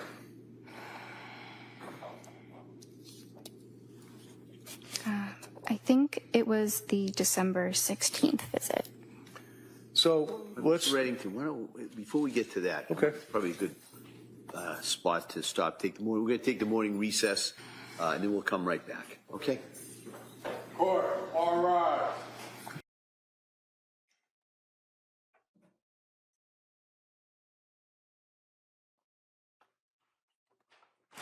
This court's now in session. Please be seated. Your Honor, for the purpose of the record, we return back to the trial of Commonwealth versus Lindsay Clancy. All parties are present, including the defendant and the 18 jurors. All right. Thank you. Mr. Reddington. If you would just please look at your medical records that you have in front of you, I believe, and just go back to the October 20th, where you have, I believe it's called interval history. I had trouble hearing the date. Can you repeat that? Sure, October 20th? Sorry. Okay. So looking at the interview history, that's when that you decided to start Zoloft. It says a week ago, right?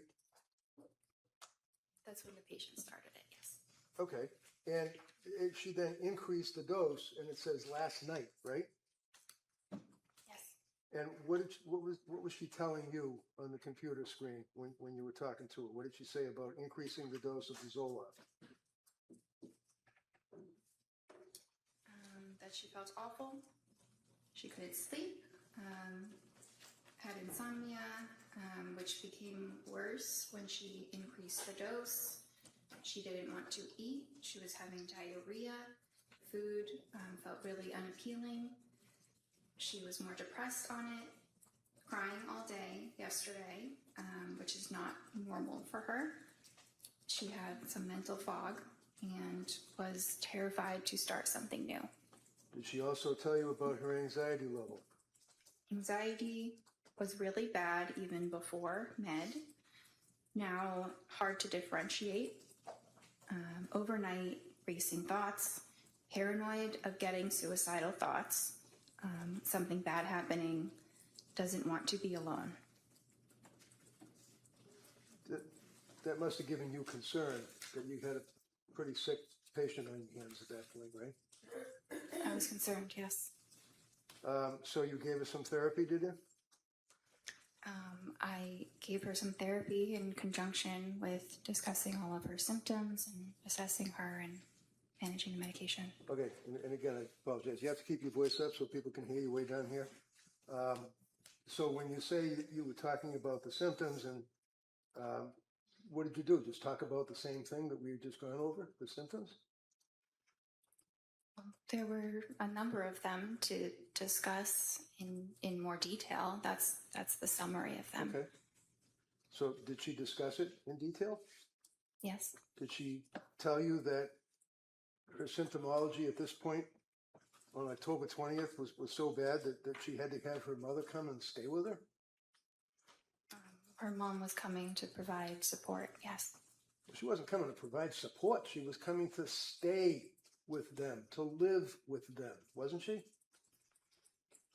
Yes, I don't know for how long, but yes. Did you bother to ask her?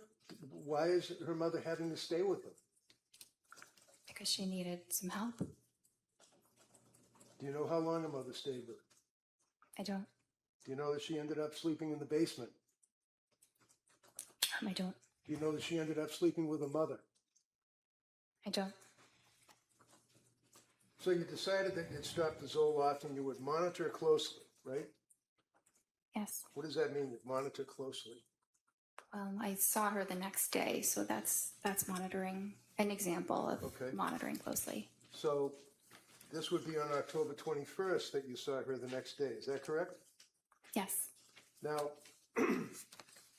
on the 20th, you made reference to the fact that you also recommended that she try fish oil and things of that nature, natural remedies. Yes. You also wanted to look into what's called Zulresso, Zuresso. Yes. What's Zulresso? It is a treatment for postpartum depression. And when you say that you were looking into it, what did you do? Did you find out if it was available and if she could participate in the program? I did some digging online to see where it is done and how to do it. I hadn't officially recommended it, so I had not started that for her. It's not really an easy medicine that I can just start It's not because what? I'm sorry. sorry, it's not a medication I could start on my own. It is it's infused through an IV in a hospital, so it's a bit difficult to coordinate. It's a 60-hour infusion, right? It's a long infusion. That sounds right. And it's about 2.5 days of infusion, and it has to be under hospital circumstance, and the only hospital around here is in Rhode Island, right? Yes. And did you ever recommend that she do that? It was something to consider. I couldn't make the official recommendation because that's not something I prescribe. Why? Because you can't pick that up at the pharmacy. Well, no, obviously you have to go to a hospital setting and basically have an infusion through your veins for 60 hours or 2.5 days. But why didn't you look into it or recommend that she do that? Well, I did look into it. So what happened? She ended up actually going to a partial hospitalization program at the hospital that does it. I don't believe the program was completed, but she went, And I advised her to discuss it with them because they have access to that medicine. I don't have access to it. Of course not. Is this Women and Infants Hospital in Rhode Island that you're talking about? Yes. So when you looked at the medical records for the Women and Infants Hospital, did they make reference to your inquiry for Zulresso? I never received records from Women and Infants. Did you ever look at them, or even online? Online? Yeah, like online, like you do when you talk to patients. No, I never had access to them. Why? Like, it's similar to South Shore. It's a completely separate hospital that I don't have access to. I don't work there. Well, of course you don't work there, but you're a doctor and you're treating a patient who's got medical records that you could access through a HIPAA release, right? Yes. Why didn't you do that? Well, she didn't ultimately end up having any treatment there, so it didn't seem necessary. She didn't end up having any treatment there, so it didn't seem necessary. You can't just walk into that place and say, hey, I'd like some Zulresso, can you? I don't exactly know how it works.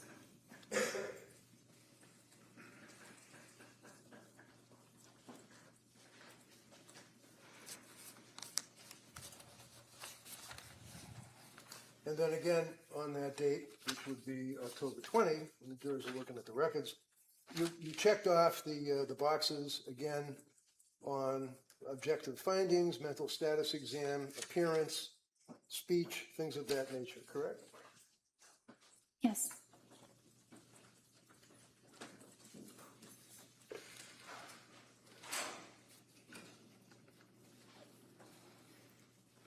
Excuse me for 1 minute, Judge, jurors.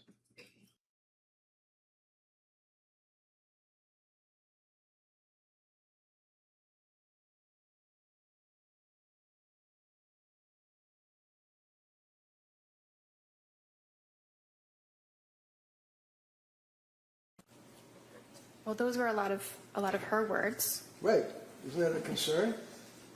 Your patient is telling you she doesn't want to be alone. Why didn't she want to be alone?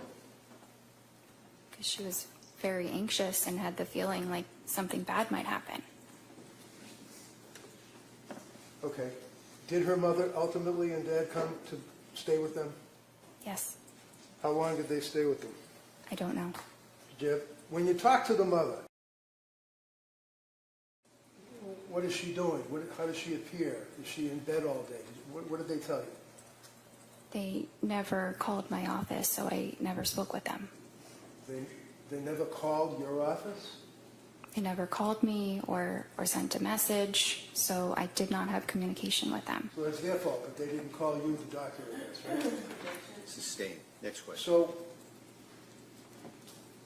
do you think maybe it would be reasonable if you're the doctor and you're investigating your patient's symptomology that you might, when you know that the parents are staying with her, that you would make a phone call yourself?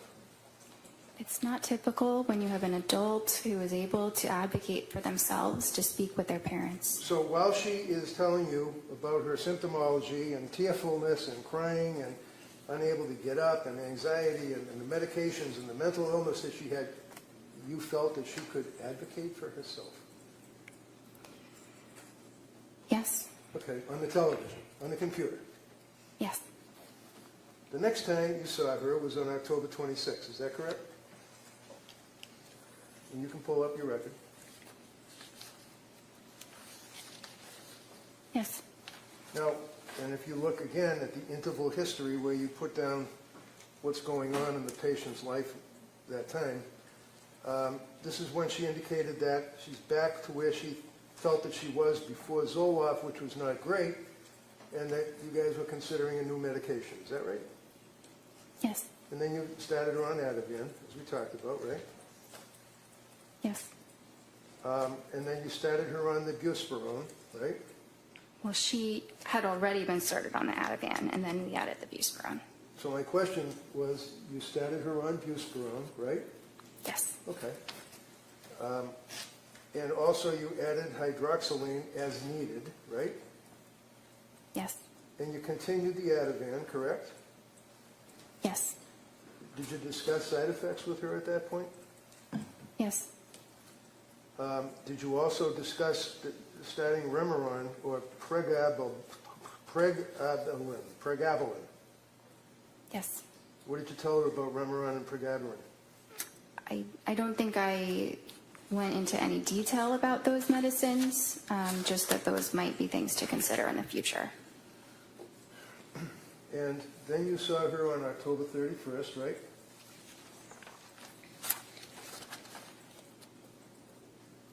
That was her, I think that was just a therapy appointment with a different provider. Would that be Jennifer McAllister? Yes. So it's a different provider in the sense that she works for Astor, right? Well, yes, it just wasn't myself. Right. So on October 31st, they did a suicide assessment, or she did, right, McAllister? I wasn't there. Well, I know you weren't there, but these are medical records that have been introduced into evidence that the jury's going to have in the jury room. Objection, is that a question? No, good. Next question. McAllister did a suicide assessment, apparently, right?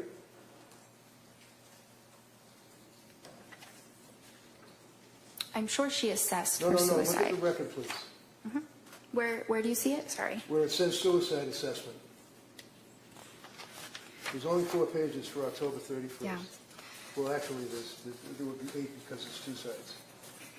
So that is the assessment that you go through. If somebody reports any thoughts of suicide, then you ask those questions, which go into a lot more detail about them. So here you have a patient who's already reported to you as a psychiatrist that she's got suicidal ideation, worried about suicide, worried about killing herself days before October 31st, and a suicide assessment was done by McAllister, right? I wasn't there. You would have to ask her. Well, maybe I will, if she Okay. comes in.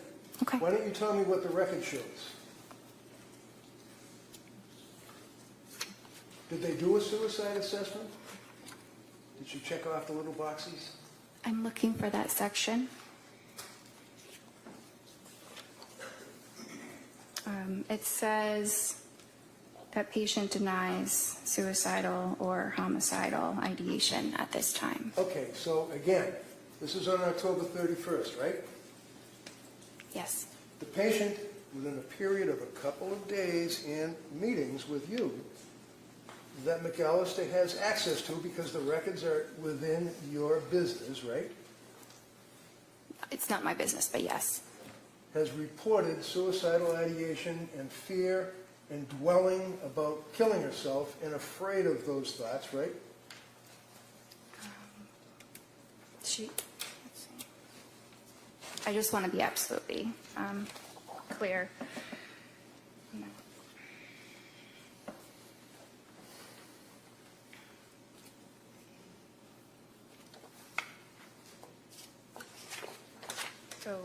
So yes, a little Yes, while yes, yes. earlier, she had voiced those concerns. Right.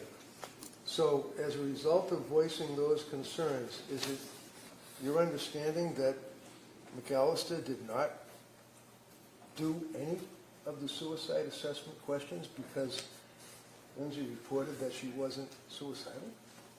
It appears that she asked about Right, suicidality. you already told us that. I'm asking you about, excuse me, she's not. Hold on. Ask the next question. Go ahead. Thank you. I'm not asking you, you told us 3 times now that she said she was not suicidal when she spoke to McAllister. I'm asking you about the suicide assessment for the 3rd time. You see it in front of you? Yes. Okay. Can you tell me, did Lindsay answer any of the questions that were asked over the 2 pages, possibly 3, of the suicide assessment? Yeah, 3, done by McAllister. I don't see anything written here. So was there a suicide assessment? I don't know because I wasn't there. I don't know what the And you don't know conversation from looking was. at the records, right? From looking at the records, I don't see evidence of additional suicidal questions beyond asking if it was there or not. So, suicidal assessment, doctor, is in the medical records. It consumes almost 4 pages, does it not? Yes? Yes. Okay. And all of the questions, like asking, have you felt life is not worth living? Is death something you thought about recently? Are you dwelling on that? What leads up to the thoughts? What are the thoughts? All those questions, right? For 4 pages, right? Yes. And there is not one notation indicating that that test was ever administered to her on October 31st, correct? Correct. But it looks like it was asked in other ways. Okay. November 2nd. Oh, it was asked in other ways? Is that what the little checkbox where it says deny suicidal ideation? Can I read something that she You wrote in the have note? indicated repeatedly that she denied suicidal ideation, right? Yes. Okay. The suicidal assessment was not administered, according to the record that's in front of you, by McAllister, yes? The additional suicidal assessment, yes. November 2nd. By the way, as a psychiatrist, not a psychologist, you have the ability to prescribe medication, obviously, right? Yes. And that's what we talked about, the DEA number and all of that, correct, which you had for about a month, other than when you were a resident, right? Yes. So you're prescribing these SSRIs and antipsychotics and antitropics or whatever they are, and it's important as to the metabolism of your patient with those drugs, isn't it? Yes. Okay, wait a second. What does metabolism mean? The body breaking down the medication. So how is it that you can determine how the body of your patient is breaking down the medication that is in their brain and they're complaining about all of these symptoms? How, as a doctor, do you determine how the body's breaking it down? We don't typically have any specific testing that we do to understand that. How about a blood test? It's not done for that. It's not done for that, meaning a blood test is not done to determine the metabolism of your patient, of your medications? Are you referring to genetic testing? No, I'm asking Okay. about the metabolism. I'm not Okay. talking about genetics. I'm talking about the metabolism of the SSRIs in her body. Okay. You can tell that metabolism rate through blood testing, right? Not in the way that you're describing. Okay, what way would it be? There is genetic testing that can give information about metabolism. Like what? It can talk about different enzymes that a person might have to suggest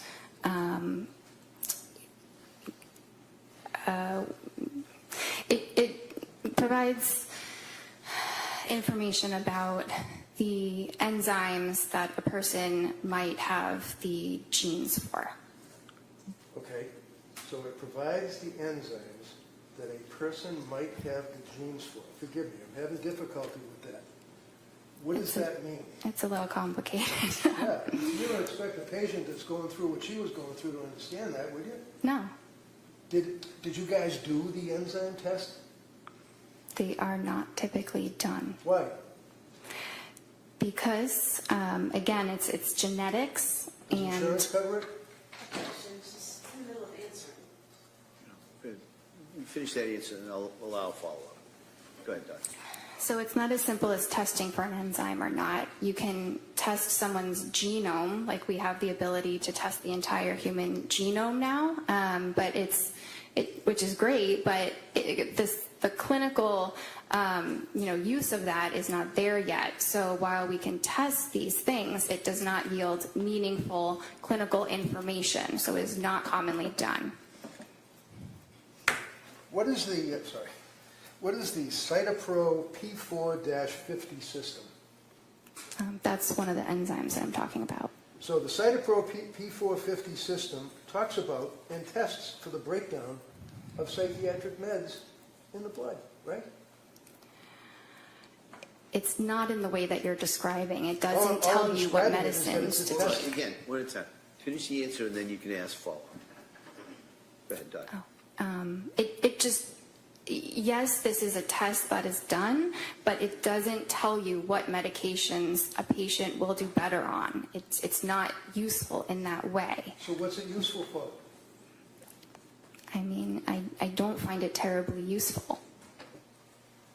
How long has the Cytopro P450 system been in use in your field?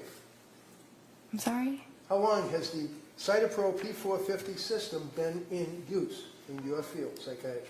Well, it's an enzyme in the body. Well, I know what it is. I'm asking you about the system, the testing. How long have they been using that? The genetic testing, maybe a whatever few it is. years. It's very new, Very new. Does insurance cover it? sometimes. Sometimes. So it is nevertheless a legitimate test to determine the breakdown of psychiatric meds in a patient's blood, correct? It exists, yes. It exists. Well, it exists, but you didn't use it, right? It would not have made a difference In what? In your opinion? in her treatment. Because you go by the checks in the checkbox and what she self-reports, right? No, not just the checks in the checkbox. Oh. In any event, tell me about the thyroid. The Tell me thyroid? about the thyroid. It's an organ in the human body that regulates hormones. And what, if any, import and impact do thyroid levels have on your evaluation of a woman who is in the throes of postpartum depression? They don't. What is the purpose of a test to determine the thyroid levels? Well, you can test something like the TSH. Well, I don't know what a TSH is. I'm sorry. What is a TSH? Thyroid stimulating hormone. Okay, thank you. That's something that can be tested typically by maybe a PCP, primary care, or endocrinologist if they have concerns about someone's thyroid function. Were you aware of a study that was a major study that was peer-reviewed? What does peer-reviewed mean in your business? That it was reviewed by other researchers in a similar field. And the report or the article or whatever it may be has to be approved by the peers that are reviewing it before it can be published, right? Yes. And you'd agree with me that in the medical field, it's a big deal to have publishing articles on your resume, right? Yes. And how many articles have you published about postpartum depression, postpartum psychosis, anything? I have published something, but it's not a full article. It's just a small thing. Okay. Are you aware of the Psychiatry magazine article dealing with, in 2021, thyroid function in postpartum psychosis, an exploratory study? Have you ever heard of anything about that, let alone read an article about it? No.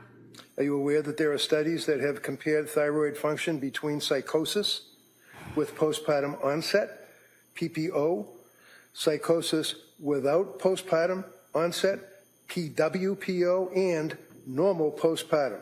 You aware of that? No. Well, you're supposed to be an expert, or you specialize, or you have an interest in treating women that have suffered from postpartum, correct? Yes. Have you written any articles at all about postpartum depression, anxiety, psychosis? No, I'm not a researcher. I'm a clinician. Have you read any of the articles, such as thyroid function in postpartum psychosis? I've read many articles. There are thousands. I have not read that specific article. Thousands? Thousands of articles on postpartum psychosis and the thyroid? No, not on that specific topic. So, when the Astor doctors are treating a person like Lindsay, it's your testimony to this jury that testing, whether it's blood testing or whether it's the Cytopro P4 testing, is not necessary because Jennifer Tufts doesn't think it's necessary, right? It does not yield information that would influence treatment. Really? So if there was elevation in the thyroid, that wouldn't impact on your treatment at all, your evaluation, your investigation? Sorry, I thought you had mentioned the cytochrome issue. Are we talking about that one, or are we talking about the thyroid? Talking about the thyroid. Okay. Yeah. So if Can there you were repeat? tests that revealed elevation in the thyroid level, is it your testimony that you wouldn't care? If I somehow found out that a patient had elevated thyroid levels, I would advise them to talk to their primary care or maybe get an endocrinologist to discuss it. Did you ever recommend that Lindsay get an endocrinologist? No, she And the did reason- not. The answer is no. And you basically did not have any information that you could use to even realize that there might have been a thyroid issue with this woman that was postpartum, right? Because you didn't do any blood tests. There was no clinical reason to obtain a blood test. All right, so you continue on with your meetings by the computer, correct? Yes. November 2nd. You can get November 2nd out. You got it? November 22nd? No, it looks like November 2nd. I apologize. That's what I'm looking at. Tufts, Jennifer, MD, Clancy, Lindsay. Follow-up note, November 2nd. Yes. Okay. And you're still diagnosing her with generalized anxiety disorder, GAD, right? Yes. You add in there an adjustment disorder with depressed mood, I guess because of what she had been telling you, right? Yes. Okay. Looking at the psychiatric condition, you note that it's improving. Right? Yes. And then you determine that you will decrease the Ativan to 0.75 milligrams for 2 weeks, and then decrease it to 0.5 milligrams for 2 weeks, and consider alternatives for sleep anxiety. Is that correct? Yes. And then you note if she's having urges to harm herself or others, to go to the nearest emergency room and call 911 and things of that nature, correct? Yes. So is that a form that you basically press a button, because it seems to be kind of like a generic advice. Call 911 if you're feeling suicidal and things of that nature. Well, that's advice that we provide for every single patient. Okay. And then you note that half the encounter was on counseling or coordination of care on November 2nd, right? Yes, that's a typical statement. It's just a part of documentation that doctors use. All right. Now, on November 2nd, you were suggesting the 4 drugs that she would start would be Remeron, Trazodone, Pregabalin, and hydroxyzine, right? Those were just things we were considering. Oh. I wasn't starting all of those I medicines. see. On November 22nd, now that would be almost 3 weeks later, right? You saw her, right?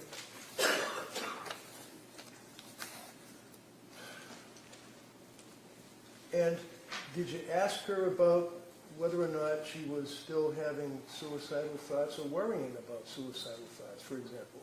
Did you ask her that? Yes. And how do you know that? Because the box is checked? It's written in my note. What does it say? Patient denies SI. Okay. What did you ask her about that? I don't remember the exact words, but I know that I asked about that. Did you ask her about how things were going at home with her mother and father staying there? That I don't remember. I didn't document how her parents were doing. Okay. Well, I don't really care about how her parents are doing. I'm asking about whether or not you asked her how it was working out while her parents were there helping out. If you did, fine. If you didn't, that's fine too. Yeah, I don't think that I did. In this Okay. appointment, sorry. Okay, that's all. Fine. December 1st was the next appointment, correct? And you can look at the interval history. Yes. Now, on that December 1st appointment, this is after she had transferred to South Shore. Yes. She disclosed to you that she had been seeing South Shore, right? Yes. We already talked about the fact that you never got the records from South Shore, so you don't know, other than what Lindsay reported to you, what medications she was on, right? Right. I knew what she was telling me. Right, and she told you that she was doing the Ativan taper, right? Well, she said she had tried doing that, but that then she was having worse sleep.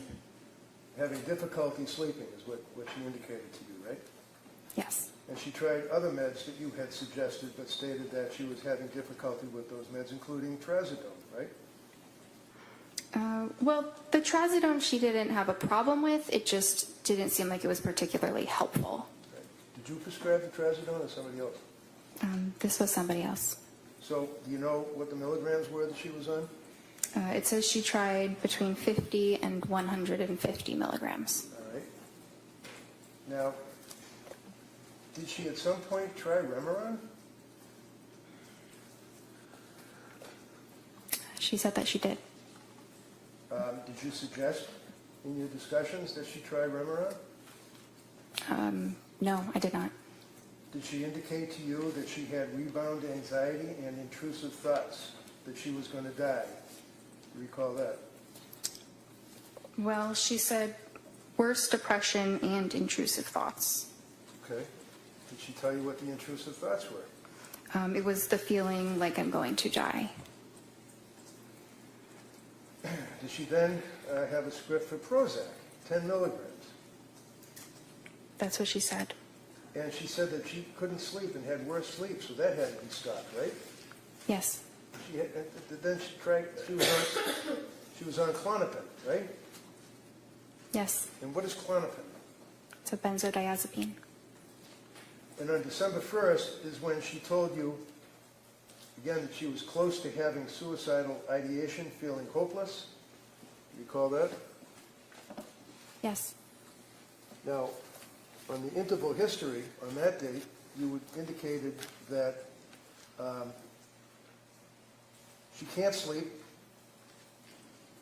she's panicking, she had worse depression, intrusive thoughts, she was numb, nothing mattered, I feel like I'm going to die, denies suicidal ideation, but, quote, yesterday, close to it, feeling hopeless. Did you give her therapy and validations after she told you that? I believe that I did. What did you do? You got a woman that's telling you that she's hopeless. She doesn't care if she dies. Can't sleep. What did you do to validate on your therapy? Well, I told her that this was something that we could address, that there was hope, that there were treatments, and there are different types of treatment programs that are more supportive, like partial hospitalization programs. So she knew that she still had options and a reason to hope. Did you ever suggest to her that maybe you ought to come in to see me rather than talk on the computer? Talking with her over the video did not seem like an issue. It didn't seem like there was anything that I was missing or that there was any need to see her in person. Now, you'd agree with me that in December of 2022, COVID was all done, right? It wasn't completely all done. Were you still nervous about dealing with people and wearing masks and stuff, or were you able to sit down and talk to somebody face to face? We were definitely feeling more comfortable about being face to face with people, but I think, it was still something that we thought about. You discussed trying Seroquel with her at that point, right? I didn't really discuss it. She had told me that was something that she had discussed with her other provider. So looking at your notes, does it say also discussed trying Seroquel alone tonight? Your notes say that? It says yes, but I wasn't making a recommendation about the Seroquel. It was just a medicine I was providing her more information on. So you were telling her about the Seroquel? You're providing information? Yes, we were talking about the Seroquel Right. Why? because her other provider had recommended that she started it. What is Seroquel? It's an antipsychotic.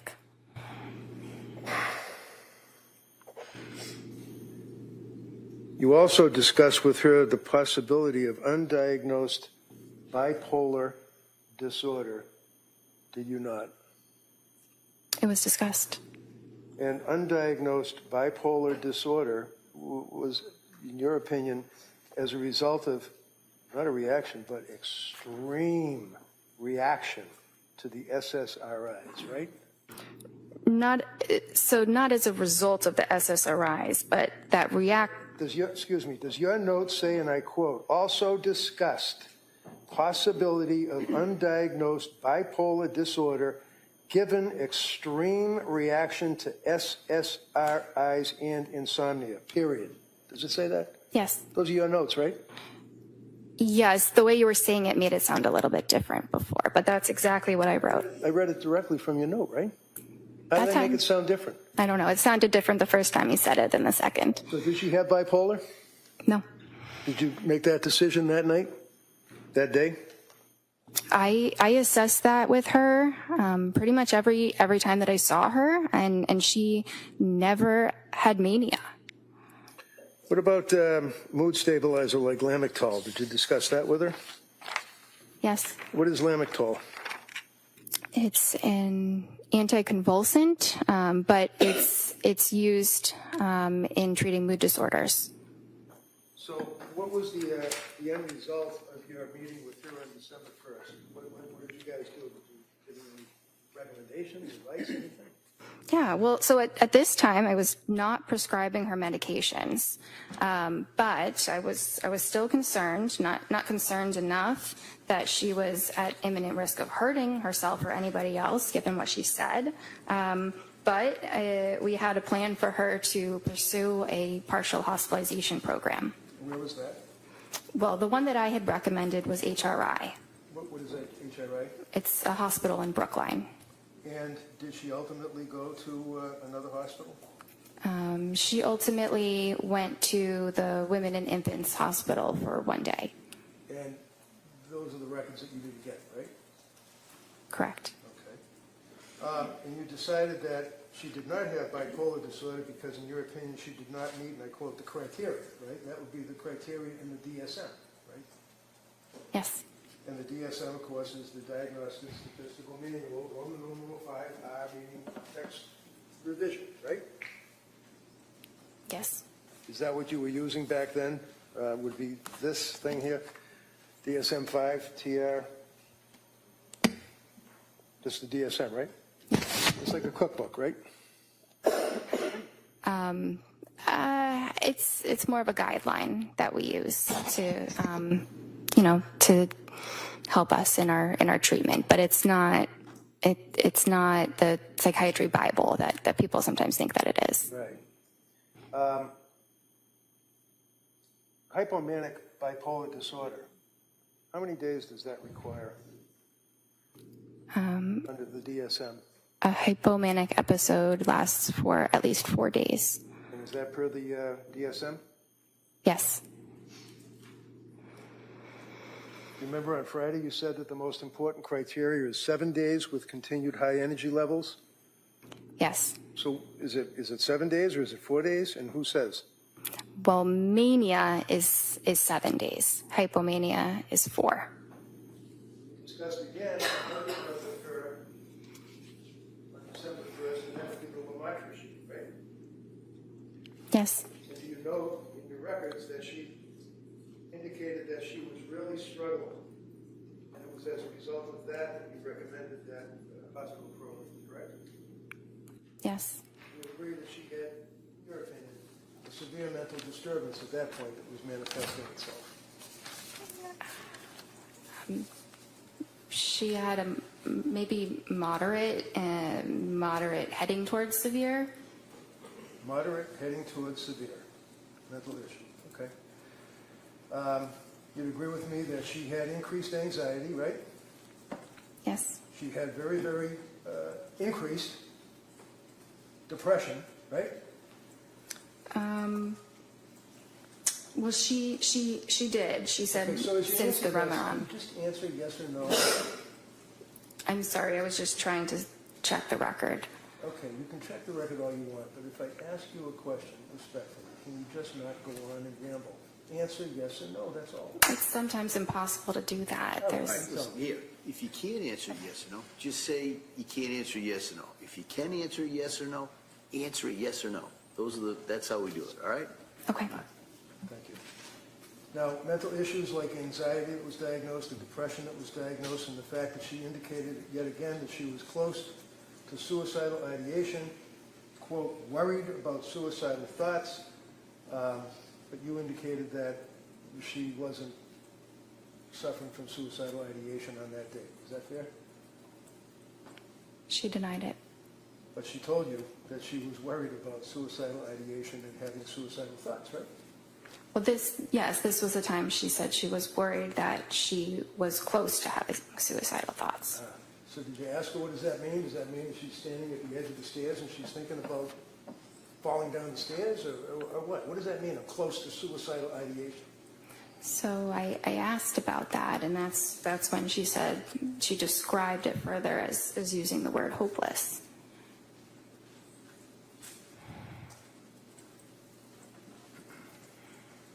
So did you prescribe the lamotrigine on that occasion or no? No.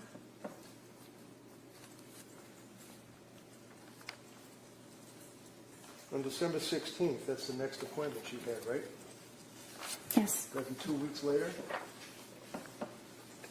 right? Yes. She was still not well, correct? She told you she was having a really rough time. She was sleeping, but she was still feeling very poorly. In your notes, does it say that she was having a really rough time? Yes. So when I asked you, if your notes reflected that she said she was having a really rough time, why do you feel compelled to say she was sleeping? Objection. Overruled. It's an important detail. Yeah, I guess. How about the rough time? What did that mean? What were the symptoms of having a really rough time for this kid? Do you want me to? Yeah, I'd like you to answer that.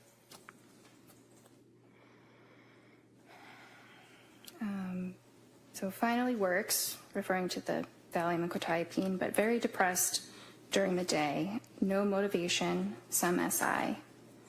Do you want me to continue? Sure. Went to MGH emergency room for SI, declined inpatient, feeling hopeless, no intent or plan, and feels like depression related to Seroquel. Okay. Now that's the question on Friday that, well, strike that. So what was the SI? Suicidal ideation? Yes. And can you read that back to me again? What did she say about SI? So that when she went to the hospital, she went because she had no motivation, some SI. Some SI meaning that she had some suicidal ideation, right? Yes, in her words, yes. Yeah, in her words. As opposed to thinking about having suicidal ideation or worrying about suicidal ideation. She actually indicated that she had suicidal ideation, right? I can't answer that as a yes or no. Well, it's in your notes that she said that, right? Yes? What is in my note? Do you understand my question? I'm a little bit confused right now. Can you repeat what your question is? Sure, of course. We've spent some time talking about thinking about suicidal ideation, worrying about suicidal ideation. Now, saying she had suicidal ideation, right? She said it, yes. Well, this is the only source of information that you're getting, apparently, is what she's telling you, right? Yes.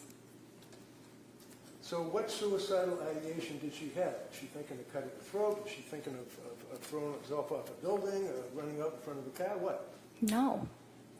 What was she thinking of? So I asked her those important follow-up questions, and Like that's, so what do you mean when you say I'm feeling suicidal? Okay. And that's when she said, it means I'm feeling hopeless. And then I asked, do you have intention of hurting yourself? Do you have a plan for hurting yourself? And she denied those. And that's where you left it? I mean, I'm sure more was said, but that's the most important part of that clinical encounter. And did you give her therapy by the computer on that date, too? Yes. What did you do for therapy about her suicidal ideation and saying she wanted to kill herself? Well, we explored what that meant, and what to do if you're feeling that way. To do what? Call 911? To go to the emergency room. Did you discuss prescribing Seroquel to her, or was she getting Seroquel? Did Seroquel enter into your discussion at all? We talked about it. I was not prescribing it for her. What is Seroquel? That's an antipsychotic.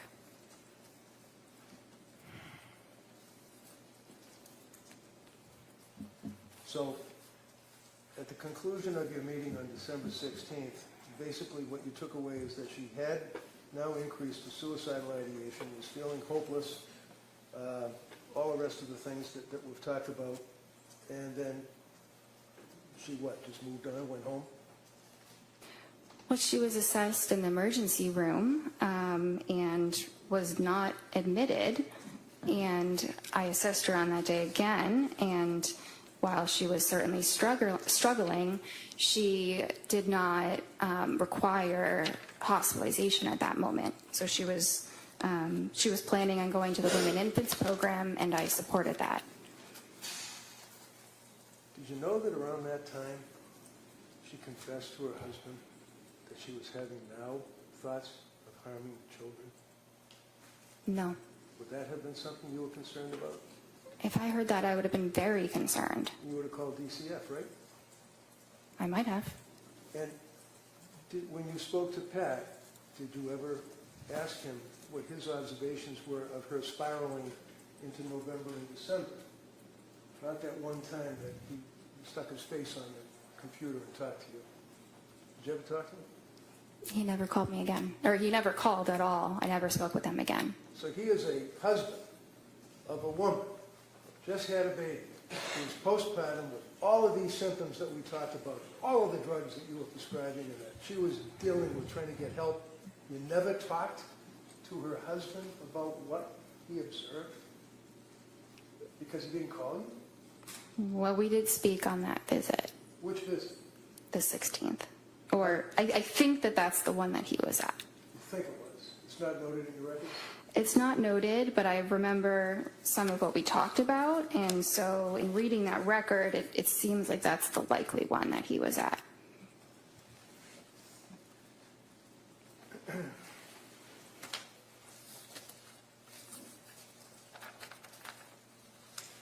December 16th, on your objective findings, you note that her mood was depressed, right? Yes. what does that mean? Did she just say, I'm depressed, or did she give you symptoms? I mean, you checked the little box. Yeah. Yeah, it means she's saying that she's depressed. Okay, so you're the doctor, you checked the little box. What did your patient tell you about her symptoms that she was depressed on that date? Was she crying? Was she able to get out of bed? Was she worshiping at the porcelain god? What was going on in her life? She said she was having a really tough time. Her affect was flat, right? Yes. And again, depressed, you check it off twice. One under mood and one under affect, right? Yes. And then next page it says recent lab work. That wouldn't be blood testing, would it? Does ASTA do blood testing?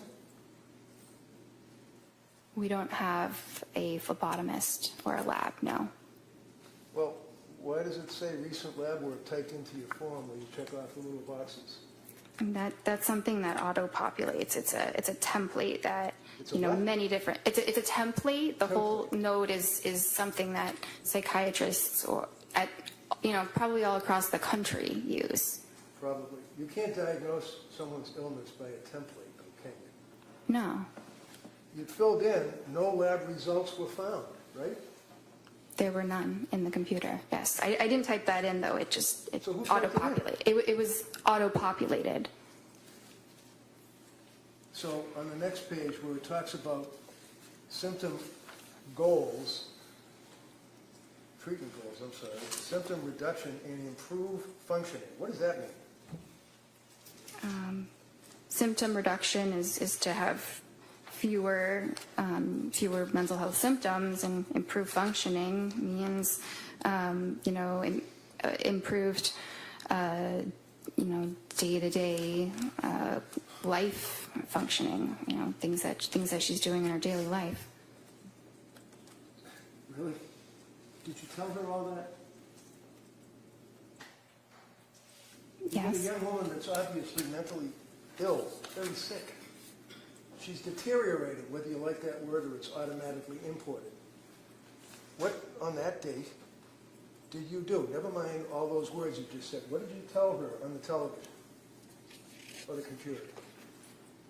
I told her to go to the partial hospitalization program, and if she was having more suicidal thoughts again, or felt like she was at risk of hurting herself or anybody else, that she should go immediately to the emergency room. How long did that meeting take? Probably about 30 minutes. And was that the therapy that you provided, telling her to go to the emergency room? That was probably a component.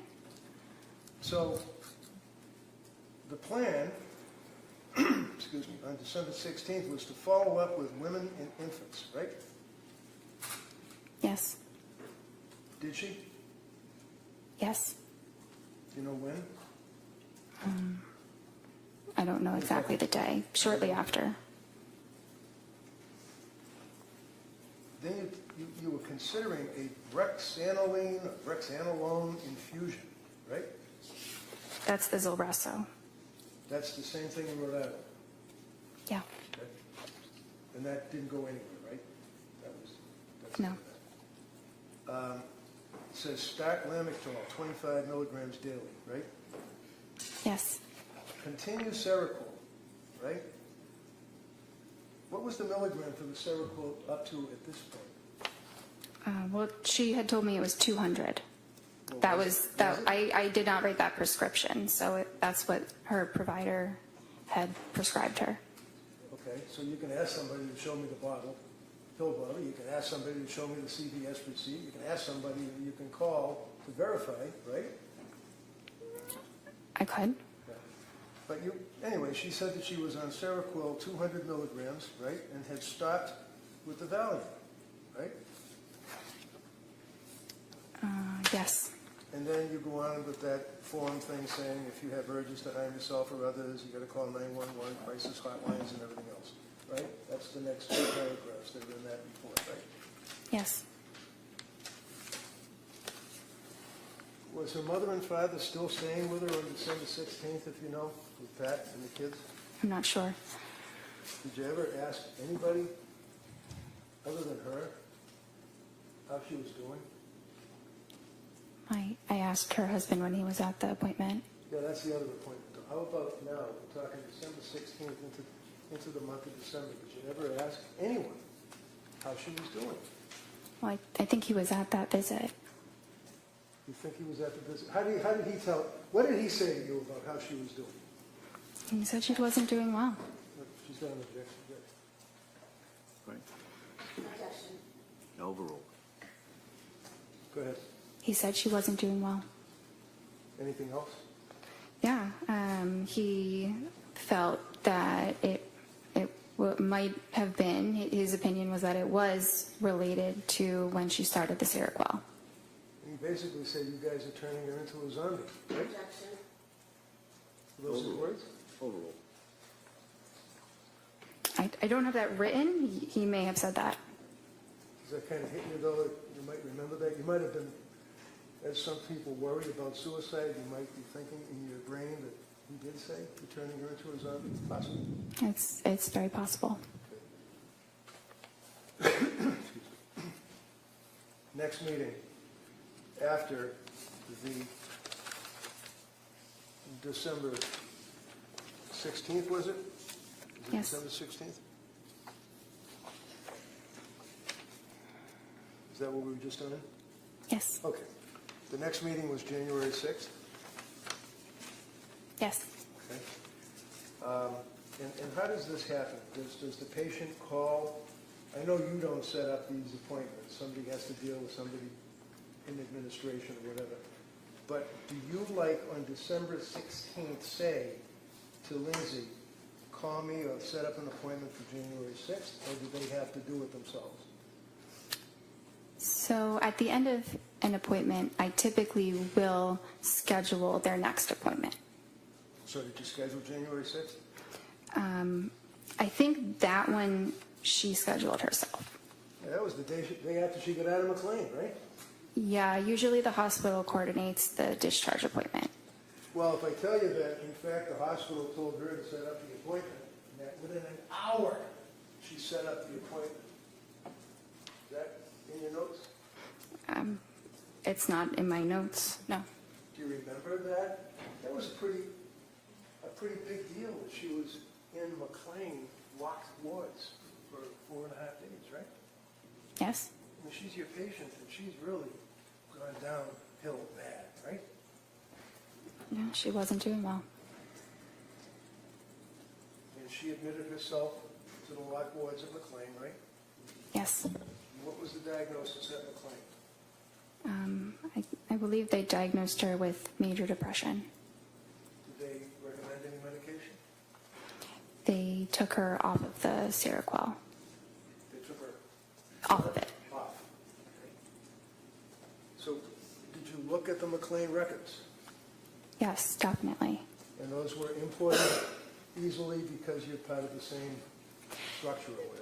No, but after someone is hospitalized, the hospital usually faxes it to their doctor. All right, so if I tell you that the McLean records are really pretty voluminous, that's not what they fax. They fax you like a 2-page discharge summary, right? Yes. You didn't get that by fax, right? No. So what did McLean tell you? Look in your notes.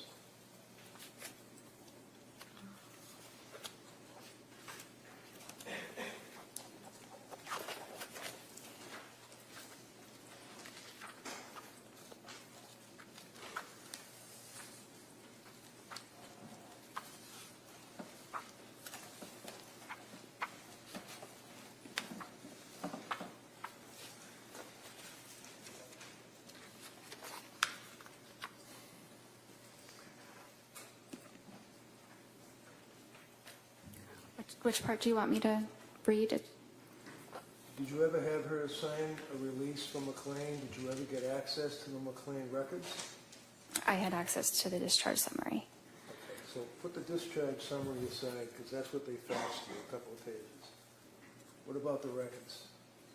No, but that's typically not No, done. never mind typically. The answer is no. You never got the records, right? A discharge summary is a record. Did you talk to the doctor that discharged her? No, no one called me. Know what? No one called me. I wasn't notified about the hospitalization until she was discharged. So you just sit there behind your computer and wait for people, Patrick, wait for the doctor from McLean, wait for the sick person who's the patient to call you? And if these people don't call you, it doesn't exist apparently, right? No, not exactly. I had no way of knowing she was even at McLean. Well, you did once she got discharged, right? Yeah, but that was after the fact. Right. So did you care why she was in McLean? Of course, And why was she in McLean? because she was depressed. And what was the, does your record indicate that she was discharged yesterday under interval history?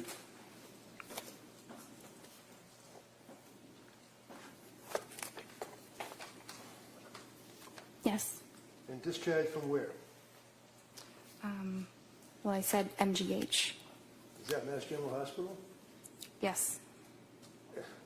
And she was currently on trazodone? Yes.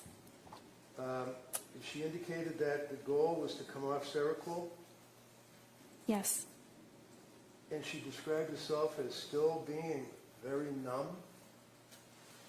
Yes. She couldn't sleep, right?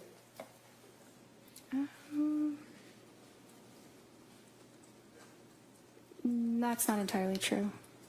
Am I lying? I'm reading the medical records here. Sleep, taking Ativan and trazodone, slept 5 hours broken, wondering about increasing trazodone and switching to Valium. What does that mean? Well, it means she was having trouble sleeping. It wasn't that she wasn't sleeping at all. I see.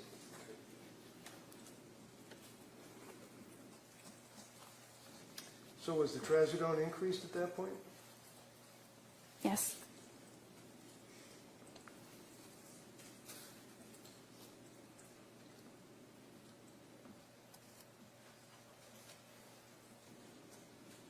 Yes. How about on January 9th? Did you see her through the computer or whatever then? Yes. And did you prescribe medication to her on that date?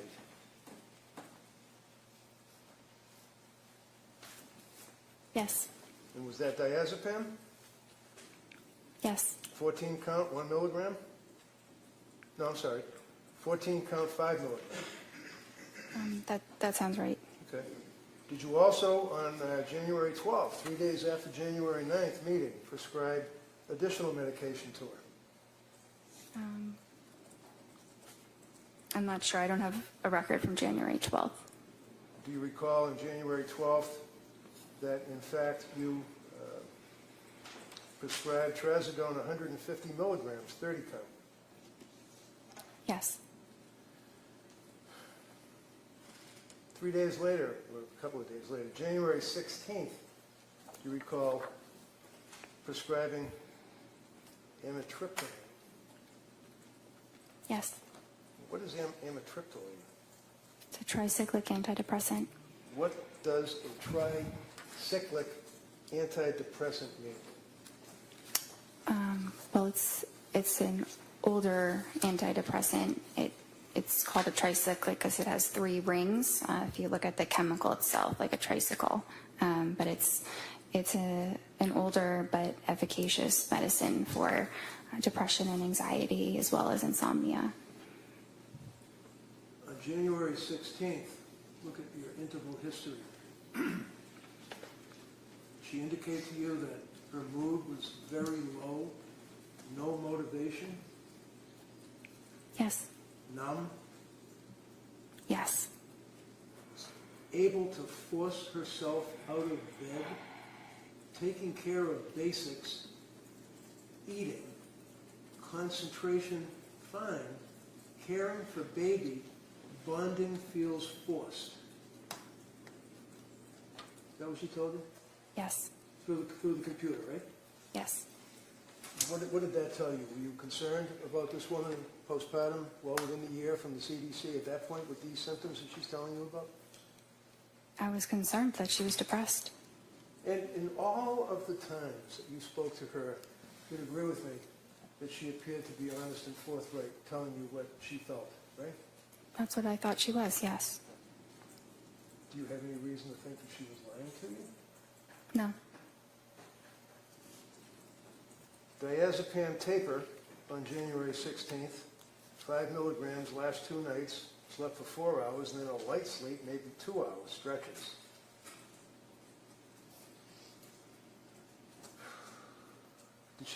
Did she express that she was still having concerns about side effects from medications? Not at that point. So what does ROS mean under interval history that we're looking at? Review of symptoms. Okay. And then it says patient denies SIHI, that'd be suicidal ideation, homicidal ideation, correct? Yes. Denies other questions or concerns, and you recommend a low dose of amitriptyline for depression, correct? Yes. Patient agrees with the treatment, and you guys were also going to explore ketamine treatment. Is that right? Esketamine. Yes. Now, did you know that she was on her computer looking up medication after medication after medication after medication, treatments, ketamine treatments, and all that? Did you know that? No. Did you ever ask her whether or not she was looking up the symptomology of pharmacology and having interactions between drugs? No. January 23rd, you had that meeting, correct, with her? Yes. And this is after, obviously, excuse me, the January 16th appointment. And in the January 16th appointment, she told you that her mood was very low, and that's the worst that she ever reported her mood to you. Isn't that right? On the 16th? Yeah. I don't know if that was the worst it was ever reported, but it was certainly bad. And you didn't recommend that she have a hospital evaluation, did you? This is the day before she killed the kids, right? The 23rd? Yeah. It was the day before. You didn't recommend a hospital evaluation, did you? No, there were no, The answer is no? no? They'll ask you all the questions they want. Okay. Your answer is no. January 23rd, Friday, you testified that she said her mood was depressed, and you noted that her affect was depressed and flat, right?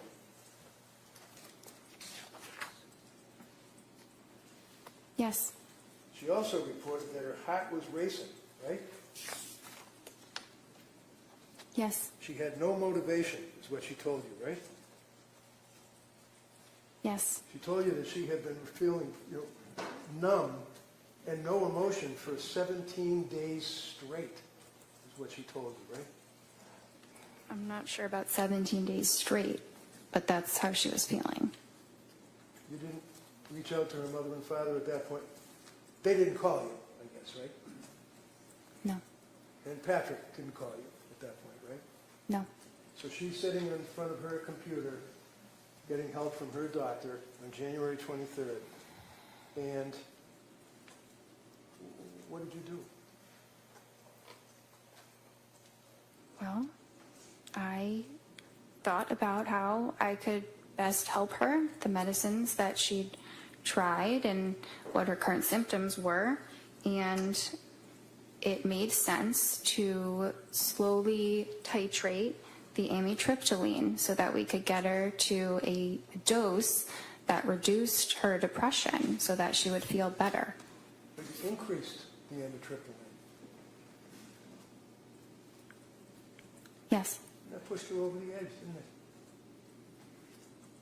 I don't think so.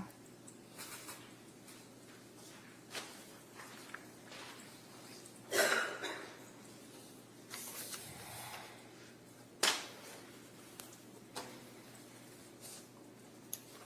all I have. All right. Members of the jury, we're going to take the afternoon recess at this time, all right? Court, all rise. Jury, please sign the closing notebook.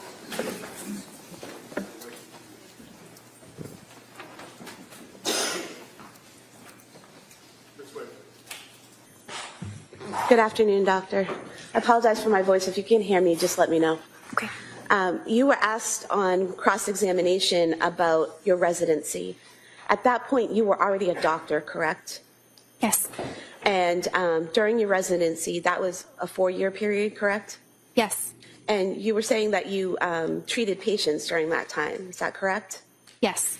Was there someone with you while you treated these patients telling you what to do and how to handle them? No. Were you alone responsible for the evaluation, diagnosis, and treatment of your patients? For the most part, but if I had questions or, needed to talk it through, I had help. And approximately how many patients did you treat during those 4 years?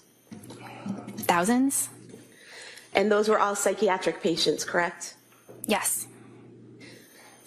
You said approximately 50 of those patients were patients dealing with postpartum depression or some postpartum issues. Is that correct? Yes. You also said you had some specialized or specific training in that area. Can you describe that for us? Yes, I did a specialized elective with a specifically perinatal psychiatrist where I worked in an obstetrics clinic and I saw patients who were pregnant and postpartum. And how long was that clinic for? It was for about a year. And so for a year, you were evaluating and diagnosing and treating women with postpartum issues? Yes. And that's separate and apart from your residency? It's a part of the residency. It's an elective. So for 1 year out of the 4, that was specifically designated to postpartum issues? Yes, it wasn't every single day, but it was continuing the same patients for about a year. So you would follow those same patients throughout the year, is that what you're saying? Yes. And you were asked about postpartum psychosis, and you said it was rare. How rare is it? I'm not sure of the statistic, but low. Well, have you dealt with patients in your 4 years of residency that had other types of psychosis? Yes, many. And psychosis, whether it's from postpartum or some other mental illness, does it present the same, or does it matter what the underlying illness is? I mean, it can present different based on the individual, but it's the same general disorder. And so what are the symptoms or signs that you look for to determine whether someone has psychosis? So you look at them, you assess their appearance, are they disheveled, and then you look at how cooperative they are, how they're engaging in your interview, are they answering your questions or maybe refusing to answer your questions, maybe being very aggressive. You look at their speech, whether they're speaking very fast, very loud, or the opposite, like maybe not really even speaking much at all. You look at what their thoughts are like, and we assess thoughts by what they're saying. That's how we know what people are thinking, and whether what they say makes sense linearly, or whether someone's jumping around and you can't follow them. We also assess the thoughts for their content. If someone is speaking about things that are very bizarre, things that are very paranoid, if someone is talking or making noises, or it seems like they're communicating with somebody that's not in the room, those are all things, behaviors that we assess for.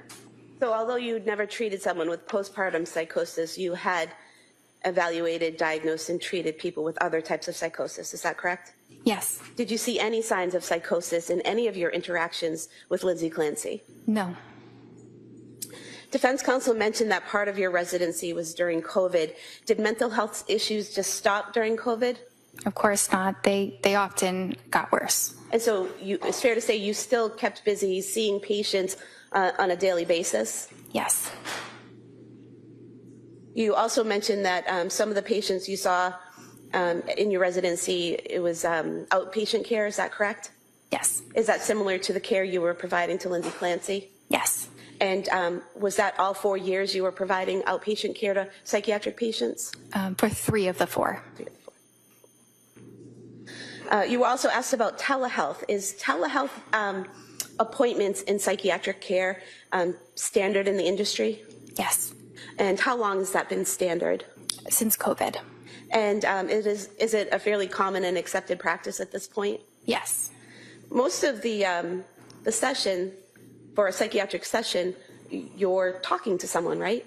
Yes. Does looking at someone through a computer screen somehow inhibit how you hear the answers? No, it does not. Or inhibit the way you ask your questions? No. And defense counsel asked you about, not being able to see below the waist someone's shaking or moving, but if someone's sitting and they're bouncing, can you see it elsewhere? Can you see other movement? Yeah, sometimes it can reverberate in different parts of the body. You were also asked about the Edinburgh scale. You said you don't use it, right? Yes. You said you use the PHQ-9. Why do you use that instead of the Edinburgh scale? It's not my choice. That's the practice at Astor of what we use. And the PHQ-9, what does that look for? It assesses various symptoms of depression. And postpartum depression, are there questions on the PHQ-9 that look for the signs and symptoms of postpartum depression? Not specifically postpartum depression, but the symptoms of postpartum depression are symptoms of depression that occur during postpartum. It's the same symptoms. So the PHQ-9 is asking the patient questions that would reveal whether or not they might be depressed, but not whether or not they just had a baby. Correct. And then with your interaction with the patient, you're able to know whether or not they are in the postpartum phase. Yes. And so would it be fair to say that you take the PHQ-9 plus the information you learn from the patient, put it together and come up with a diagnosis? Yes. When you take a history from a patient, you were asked about taking history from Ms. Clancy. How important is it that the patient give you accurate information? It's very important. And why is that? Well, that information is being used to make treatment decisions. And a lot of things can be assessed, the things that I described before. That's very helpful, but we can't see what someone else's thoughts exactly are. So the person does have to tell them to us. And would you agree that people in the medical field, such as nurses, are acutely aware of the necessity of an accurate medical history and symptom presentation? Yes. You mentioned that the defendant was able to advocate for herself. In what ways did she show you that? In scheduling her own appointments, in presenting herself to the emergency room when things were really not going well. Is it accurate to state that in every one of your sessions with Ms. Clancy, you told her about individual therapy and encouraged her to attend individual therapy? That was the treatment recommendation each time. I'm not sure if I explicitly mentioned it each time, but I did many times. And you, in fact, wrote it on the work form that we talked about previously on page 104 of the records. It lists, was the patient referred to other healthcare providers for evaluation or treatment? It says yes. If yes, state the nature of such treatments and expected duration of treatment. And it says individual weekly therapy, correct? Yes. And this is the form that the defendant asked you to fill out, correct? Yes.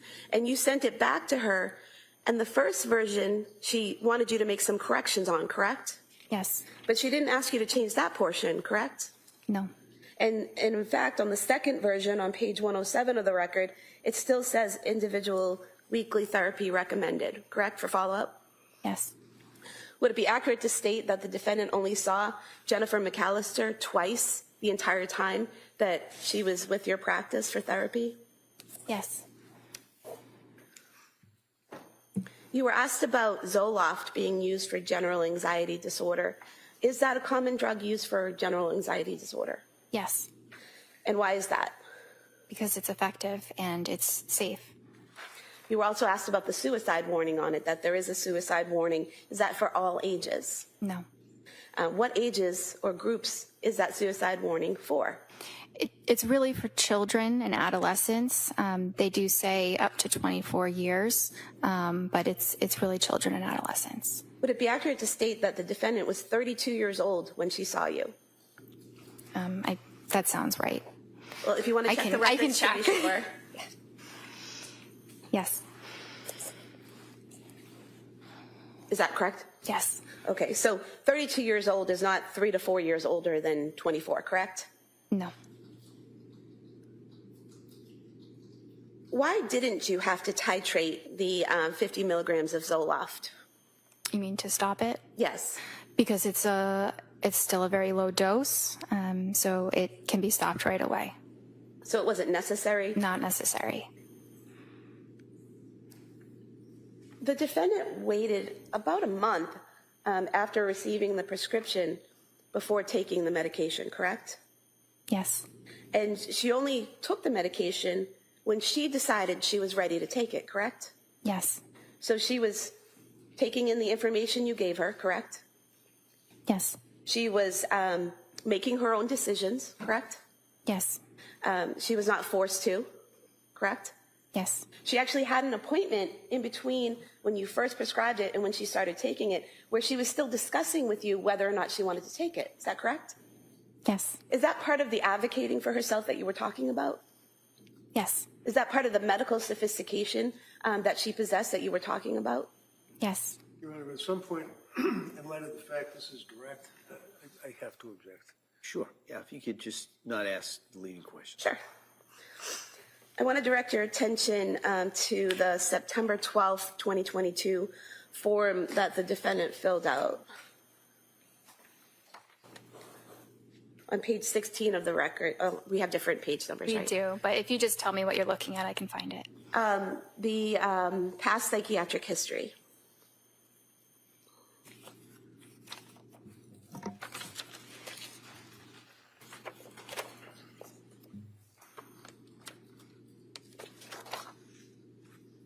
Okay. What did she tell you, Ms. Clancy, tell you about the, where it says, if yes, list the reason and dates? What did she tell you? She said anxiety, September 2013 to September 2014, postpartum anxiety, May 2020. And on the following page, under the past or current psychiatric medications, which ones did she list? Prozac, 50 milligrams, and Wellbutrin, 100 milligrams. Is there a column there that says effective yes or no? Yes. What was the defendant's answer with whether or not Prozac was effective? Yes. What was her answer as to whether or not Wellbutrin was effective? Yes. Is there another column there that said experienced side effects? Yes. Did she check off any side effects experienced for Prozac? No. Did she check off any side effects experienced for Wellbutrin? No. Going to the October 20th, 2022 appointment.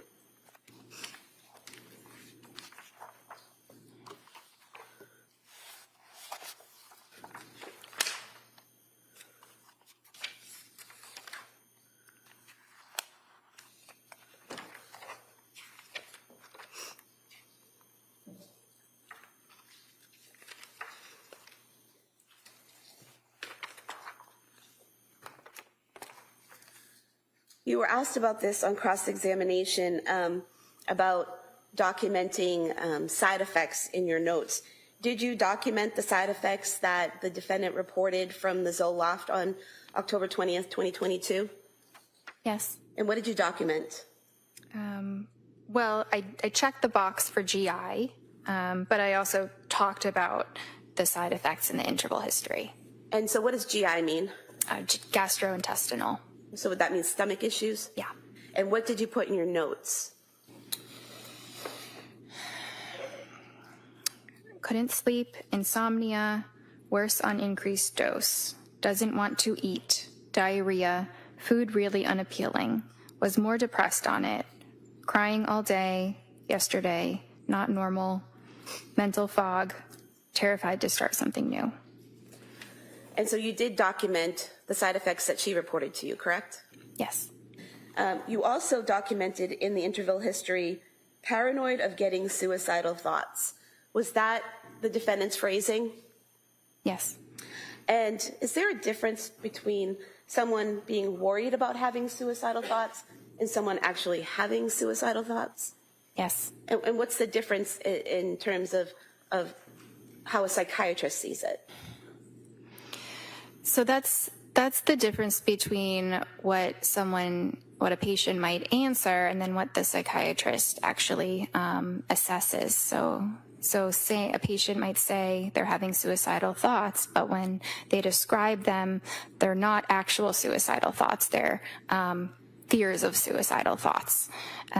So that's the difference there. And I'm sorry, I think I forgot exactly what your question was. So what's the difference in your training and experience between someone having fears of suicidal thoughts and actually having suicidal thoughts? Well, so if it's a fear, then it means that they're not actually having suicidal thoughts. It's a negative. And does that affect the way you proceed with treatment? Yes, in some ways, yes. How? Well, you still proceed with treatment. It's still concerning, but it is a level of concern that can be managed on an outpatient basis, not requiring hospitalization. And so, according to the defendant, she was not yet having suicidal thoughts at that time. Yes. So when defense counsel asked you repeatedly why you didn't document how many times she had those thoughts, she hadn't had those actual thoughts yet, correct? Correct. That was later in December, is that right? Yes. Now, she also told you that she was worried about that something bad might happen, so she arranged for her mother to stay. Is that correct? Well, she arranged for her mother to stay. I'm not sure if that was because she was afraid something bad was happening, or it just seemed like they needed more help. Okay. So you don't recall the two being together as a thought? Correct. And the fact that she was struggling and arranged to have her mother stay, got support, advocated for herself, would those be protective factors? Yes. How so? So if someone demonstrates that they can advocate for themselves, that they can seek help if symptoms worsen, then that shows that they have good judgment. They can be trusted to present for care if serious safety concerns were to arise. So based on your training and experience with Ms. Clancy, where she says she's worried about getting suicidal thoughts, and she has her mom come stay with her, do you see that as a positive decision? Yes. You were asked about not asking the defendant if she had called the suicide hotline. If a patient denies suicidal ideation, would you typically ask them if they had called a suicide hotline? No. And why not? Because I wouldn't think that they would have. If a patient were to call a suicide hotline, I would think that they would be telling me they're having suicidal thoughts as well.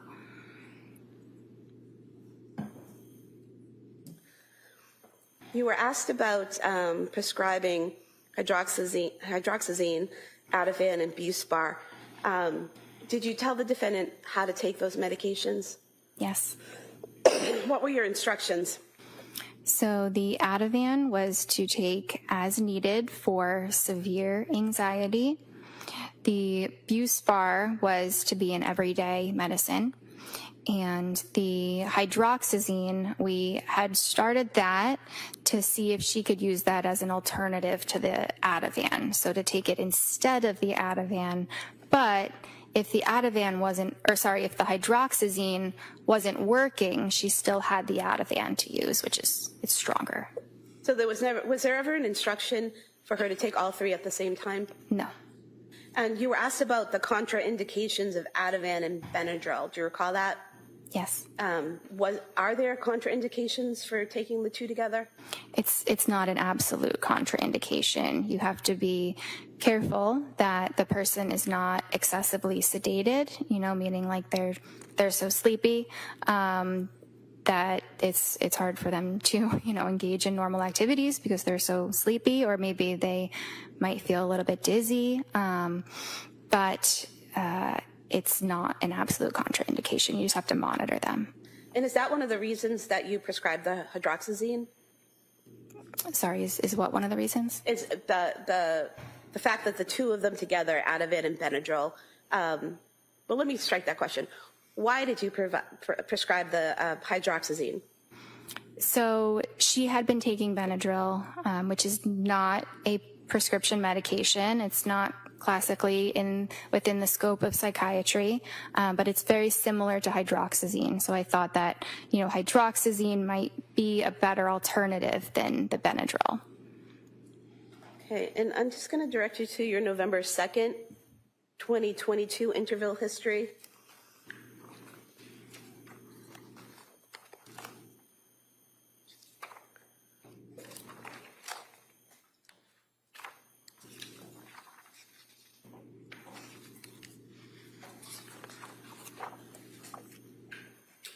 Now, would it be fair to say that on the November 2nd date, the defendant reported she was fine all day, evenings, bedtime, get anxious, Ativan helps, sleeping great on it, afraid to try something else, but knows it's not a long-term solution.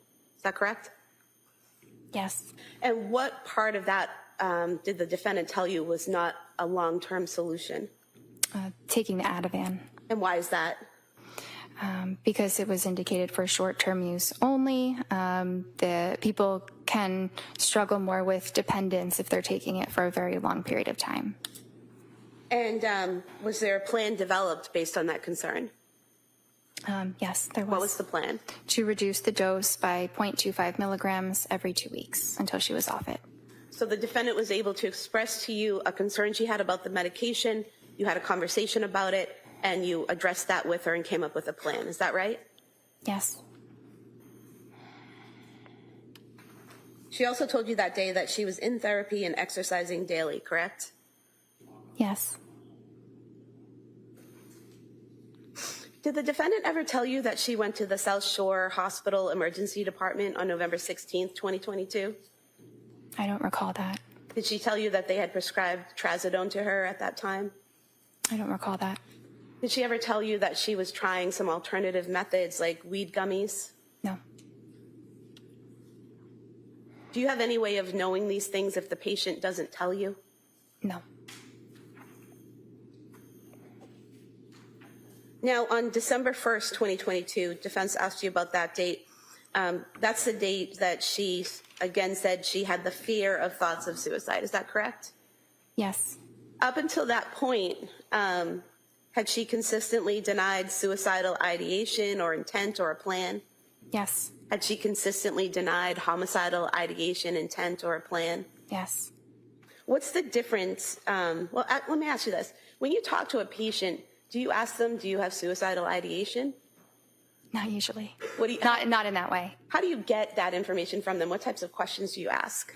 It depends how the course of the conversation is going. I might ask if they're having thoughts of hurting themselves, if they, sometimes wish that they weren't alive. It can be a lot of different words, and sometimes I use, the patient's own words, but things like that. And is there a difference between having thoughts of suicide versus having the intent and a plan to do it? Yes. And are there different types of treatment or things that you would do if someone has intent or plan to do it? Yes, that would generally require hospitalization. And so if Ms. Clancy had told you she had thoughts of hurting herself, or actually, if she told you that she had a plan to hurt herself or a plan to hurt her children, would you have moved to commit her? Yes. And that would be a Section 12? Yes.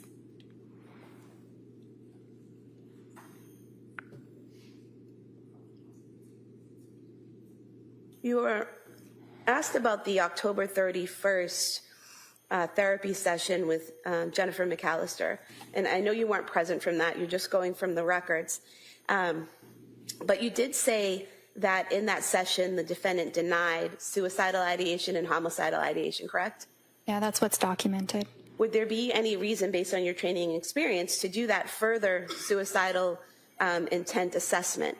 No. Why not? Because if someone is denying suicidal ideation, they're just going to deny every other detail about suicide. But that further evaluation, is that very specific questions about planning for suicide, how you do it, all of those things? Yes. You were also asked about evaluating the defendant for bipolar, and you said that she, based on your conversations with her, there were no signs of mania, correct? Correct.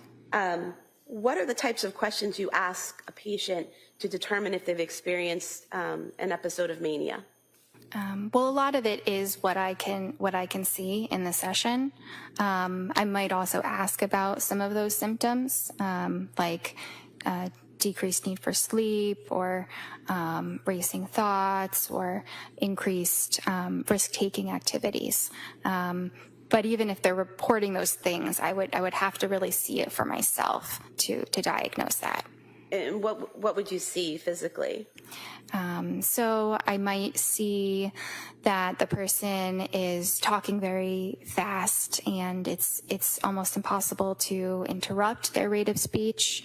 And it might also be very loud. They might be hyperactive, not able to sit still. They might be yelling and jumping from one thought to another without any linear connection between the thoughts. They might, I guess that's probably what I would observe in terms of behaviors. Did you observe any of those behaviors with Lindsay Clancy? No, it was the opposite. What do you mean it was the opposite? So, the opposite of euphoria is dysphoria or depression. The opposite of hyperactivity is tiredness and fatigue. So, in a way, it was the opposite of mania that I observed. And in terms of the questions you asked about her past behavior, were any of the answers that she gave indicative of mania? No. You were asked about discussing Seroquel with the defendant, even though you weren't the prescriber. Why did you discuss that medication with her? Because the patient was asking about it, and her husband was also asking me about it. They really wanted my opinions about it. It wasn't necessarily that I was prompting this line of conversation. And what did you tell them about it?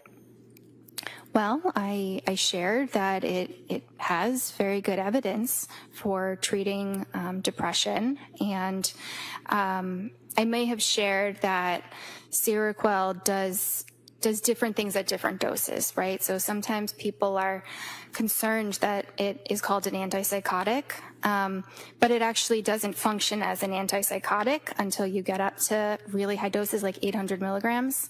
So in low doses, it's more of a sleep medicine or an antidepressant. So I think that I explained that to them, and it's obviously a very important part of it. But they were also concerned about that causing the depression that she was experiencing. So we talked a bit about how you would tell. It kind of can be hard to tell whether a medicine is causing that or it's just occurring because of depression. What did you tell them in terms of how to tell? That it's really based on the timing. If you were to notice a significant decline after starting or increasing the medication. And prior to Ms. Clancy taking the Seroquel, had you noticed signs of depression in her? Yes. And after she was off of the Seroquel in January, did you see signs of depression in her? Yes. So that was completely off of Seroquel, both before and after, still showing signs of depression? Yes. During January, the defendant told you she had trouble getting out of bed? Is there a specific visit? I think it was right after she got out of the hospital.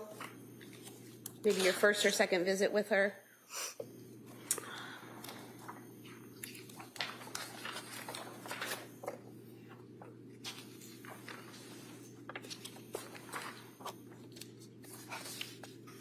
I see that on the 16th, she did say that she was able to force herself out of bed and take care of basics, so on and so forth. Were you aware that she had gone to the Museum of Science with her family on January 8th and spent a few hours there interacting with the exhibits and the children? No. Were you aware on January 15th, the day before that session, she had been to the Cape Codder down in Hyannis with the family, interacting with the kids and going down little water slides and all of that? No. Were you aware that on January 14th, she watched all 3 kids while Pat went to a brunch and was fine? No. Were you aware that on January 16th, her husband took Cora skiing and she was alone with the boys all day and had no issues? No. You were asked about the thyroid and how that can affect mental health and postpartum. Were you aware that at both South Shore Hospital and Brigham and Women's Hospital, her thyroid limits were in normal range? No, I was not. You received a discharge summary from McLean Hospital? Yes. What's contained in the discharge summary? So it includes information about how the patient initially presented, what they said when they first came to the hospital, and their initial assessment from the psychiatrist that they spoke with. It talks a bit about their course, their treatment course, how things progressed, any changes that were made, and then it talks about how the patient appears on the day of discharge. Does it also include what medications they were prescribed and what the diagnosis might have been? Yes. And was that sufficient in terms of your review of the information that you needed for you to know about your patient at that time? Yes, that was a very helpful amount of information that I would typically review that amount of information for a patient after the hospital. Now, you were asked about your January 23rd, 2023 session with the defendant. Defense counsel asked if you had, recommended a hospital evaluation for her on that day, and you said no. Why not? Because she was completely denying any suicidal ideation or homicidal ideation. There were no signs of psychosis or mania, so there were no serious signs that her safety or that anyone else's safety was at risk. And during that session, did she ever tell you that she planned to harm herself or the children? No. If she had done that, what would you have done? I would have, it depends exactly how it would have played out. It would definitely include hospitalization. If the children were in immediate harm, it might include enlisting help from my staff so that they could call the police while I'm on the phone with her. I think it depends, but I would address it promptly. You were asked by defense counsel about the amitriptyline that you prescribed on January 16th, 2023. That initial prescription was for 10 milligrams, correct? Yes.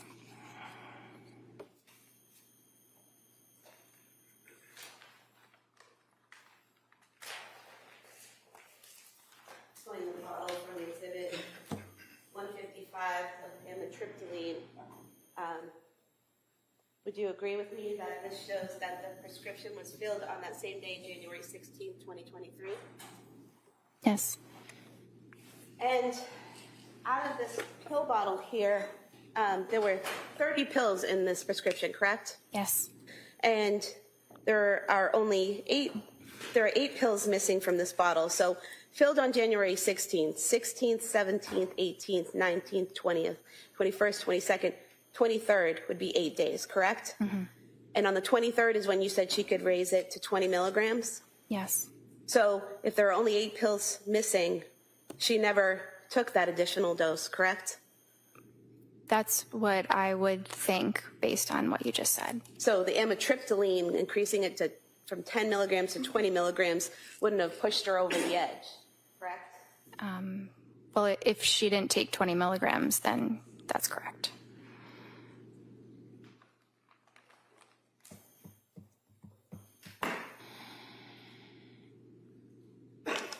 I have nothing further, thank you. All right. Then recross. Briefly. So one of the questions that prosecutor asked you pertained to whether or not you could reach out to a third party. You recall that question, like mother, father, husband? Yes. And we already on cross talked about that you didn't, and they didn't call you, but then the DA also raised that, and you said you didn't have HIPAA permission. You recall just telling that to the jury? Yes. That was an additional detail. All right. So what does that mean? Well, HIPAA is the privacy law for patients, which we have to respect and honor very diligently.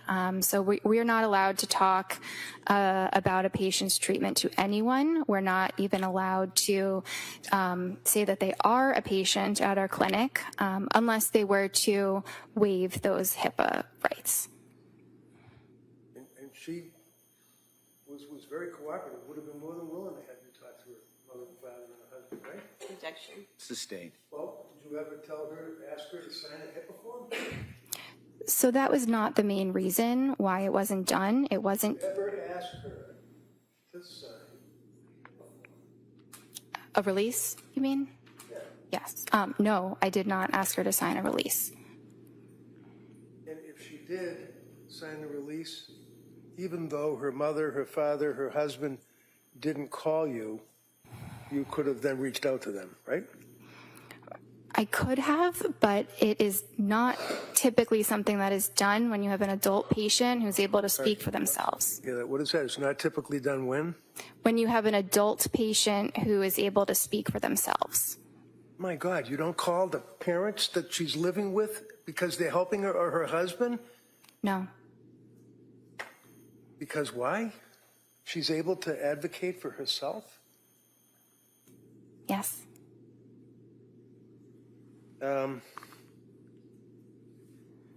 Prosecutor yet again raises the issue of the marijuana. You recall that question? Yes. She wasn't smoking marijuana, was she? She did not tell me she was smoking marijuana. Did she tell you that she was using marijuana? No. Did she tell you that she was using gummies? No. Did she, because gummies in plural is what the DA asked you, right? That she was using gummies? Yes. Now, I asked you about getting access to the woman and infants hospital records, which you did not. Which you did not, right? I did not. And we already went over that. You could have, if you asked for them with a HIPAA form, right? Objection. Didn't ask about those records. I don't care if she asked about the records. Beyond the scope. Overruled. You can ask that question. She asked you about marijuana gummies, right? Yes. Okay. Your Honor, I would offer the women and infants hospital records from Rhode Island dealing with Lindsay Clancy. No objection. Okay, they may be admitted. I just want to look at them at some point to make sure it's a clean copy. Sure, yeah. Before it goes to the jury, you can review it.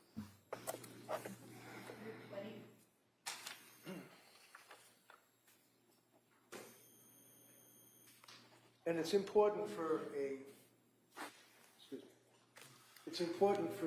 patient to be forthright when asked questions by their provider, right? Yes. And you always, your opinion, found her to be forthright, right? Yes.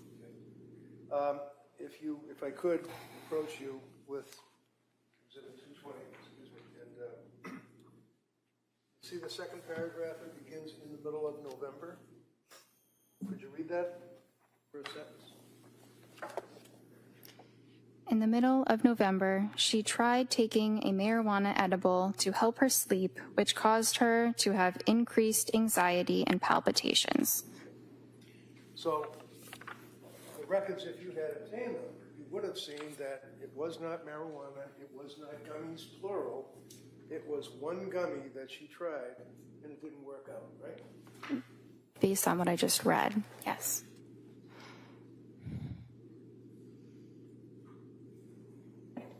Then you told us that there's a difference between a thought of suicide versus a plan of suicide, one of which would result, in your words, were a commitment, right?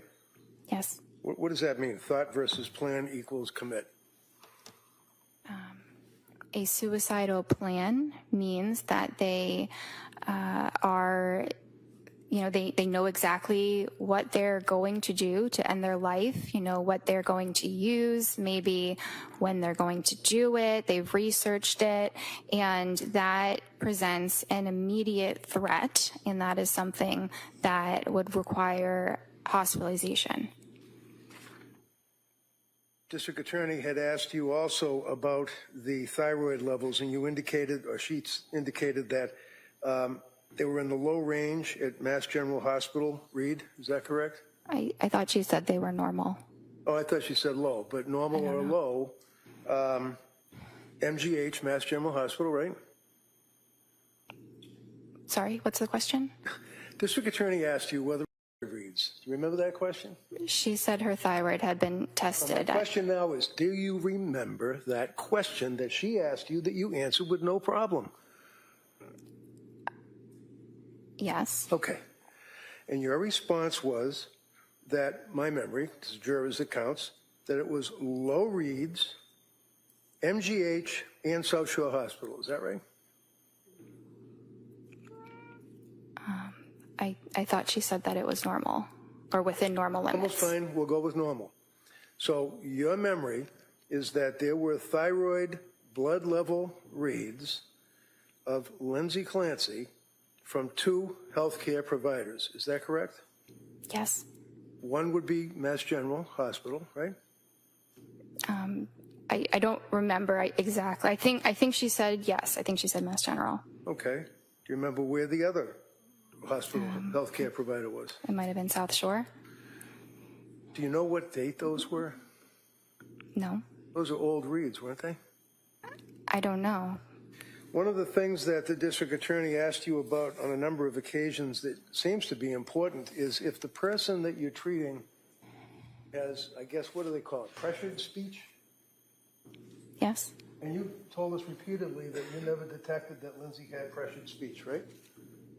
Correct. I'm sorry? Correct. Looking at the record from October 21st, would you... Objection is writing on this. Oh, all right. You know what? I'll ask her to just look at it. Might take a look at it, and if you want to get the actual exhibit, we could do that. All right. So forget all about my sloppy writing. I'm looking here on October 21st of 22. Is that correct, right up there? Yes. Okay. Yes. And can you just read this paragraph here for us? No sleep last night. Falls asleep after 40 minutes. Heart racing, severe anxiety. Worrying about kids, baby, sleep. Yawns but not drowsy. Not hyper, pressured speech. What was that? Not hyper what? Not hyper, not pressured speech is what I meant. I know it doesn't say not, but that is exactly what I meant. Wait, when did you see this that you noticed that it did not say not? I don't care what it says. I know what I meant. Well, when you wrote this, you did not say not pressured speech. You said in the medical record, pressured speech, right? No. Does it say that? Yeah, the word is the word not is right before not hyper, comma, pressured speech. Right. The two are following the what does a comma mean not. to you? When you put down in a medical record, heart racing, comma, severe anxiety, comma, worried about kids, comma, baby, comma, sleep, comma, yawns but not drowsy, period. Not hyper, comma, pressured speech. That's what you wrote, right? She did not have pressured Did you write speech. that, doctor? I wrote that, but you're misinterpreting my note. Am I reading this correctly, and the jury will be able to look at it, that you put not hyper, comma, pressured speech? Did I read that right? Yes, but your interpretation is incorrect. As opposed to yours? That's all I have. Just in regards to what was raised there. Yes, just two brief issues. Approaching you with your records from October 21st, 2022, the section labeled speech, where there are all the boxes where you can put pressured, word salad, all of the different things. What do you check off for speech on October 21st, 2022? Appropriate. And defense asked you about the thyroid levels. Would it be accurate to state that I asked you if you were aware that her levels were normal at South Shore Hospital and Brigham and Women's Hospital? Yes. And your answer was no, correct? No, I was not aware. Because you don't have those records, correct? Correct. Thank you. Do we have any clue as to how old they were? I don't know. You're asking me about something I never saw. All right. Nothing further. All right. Anything further? All right. Thank you, doctor. You may step down. Thank you.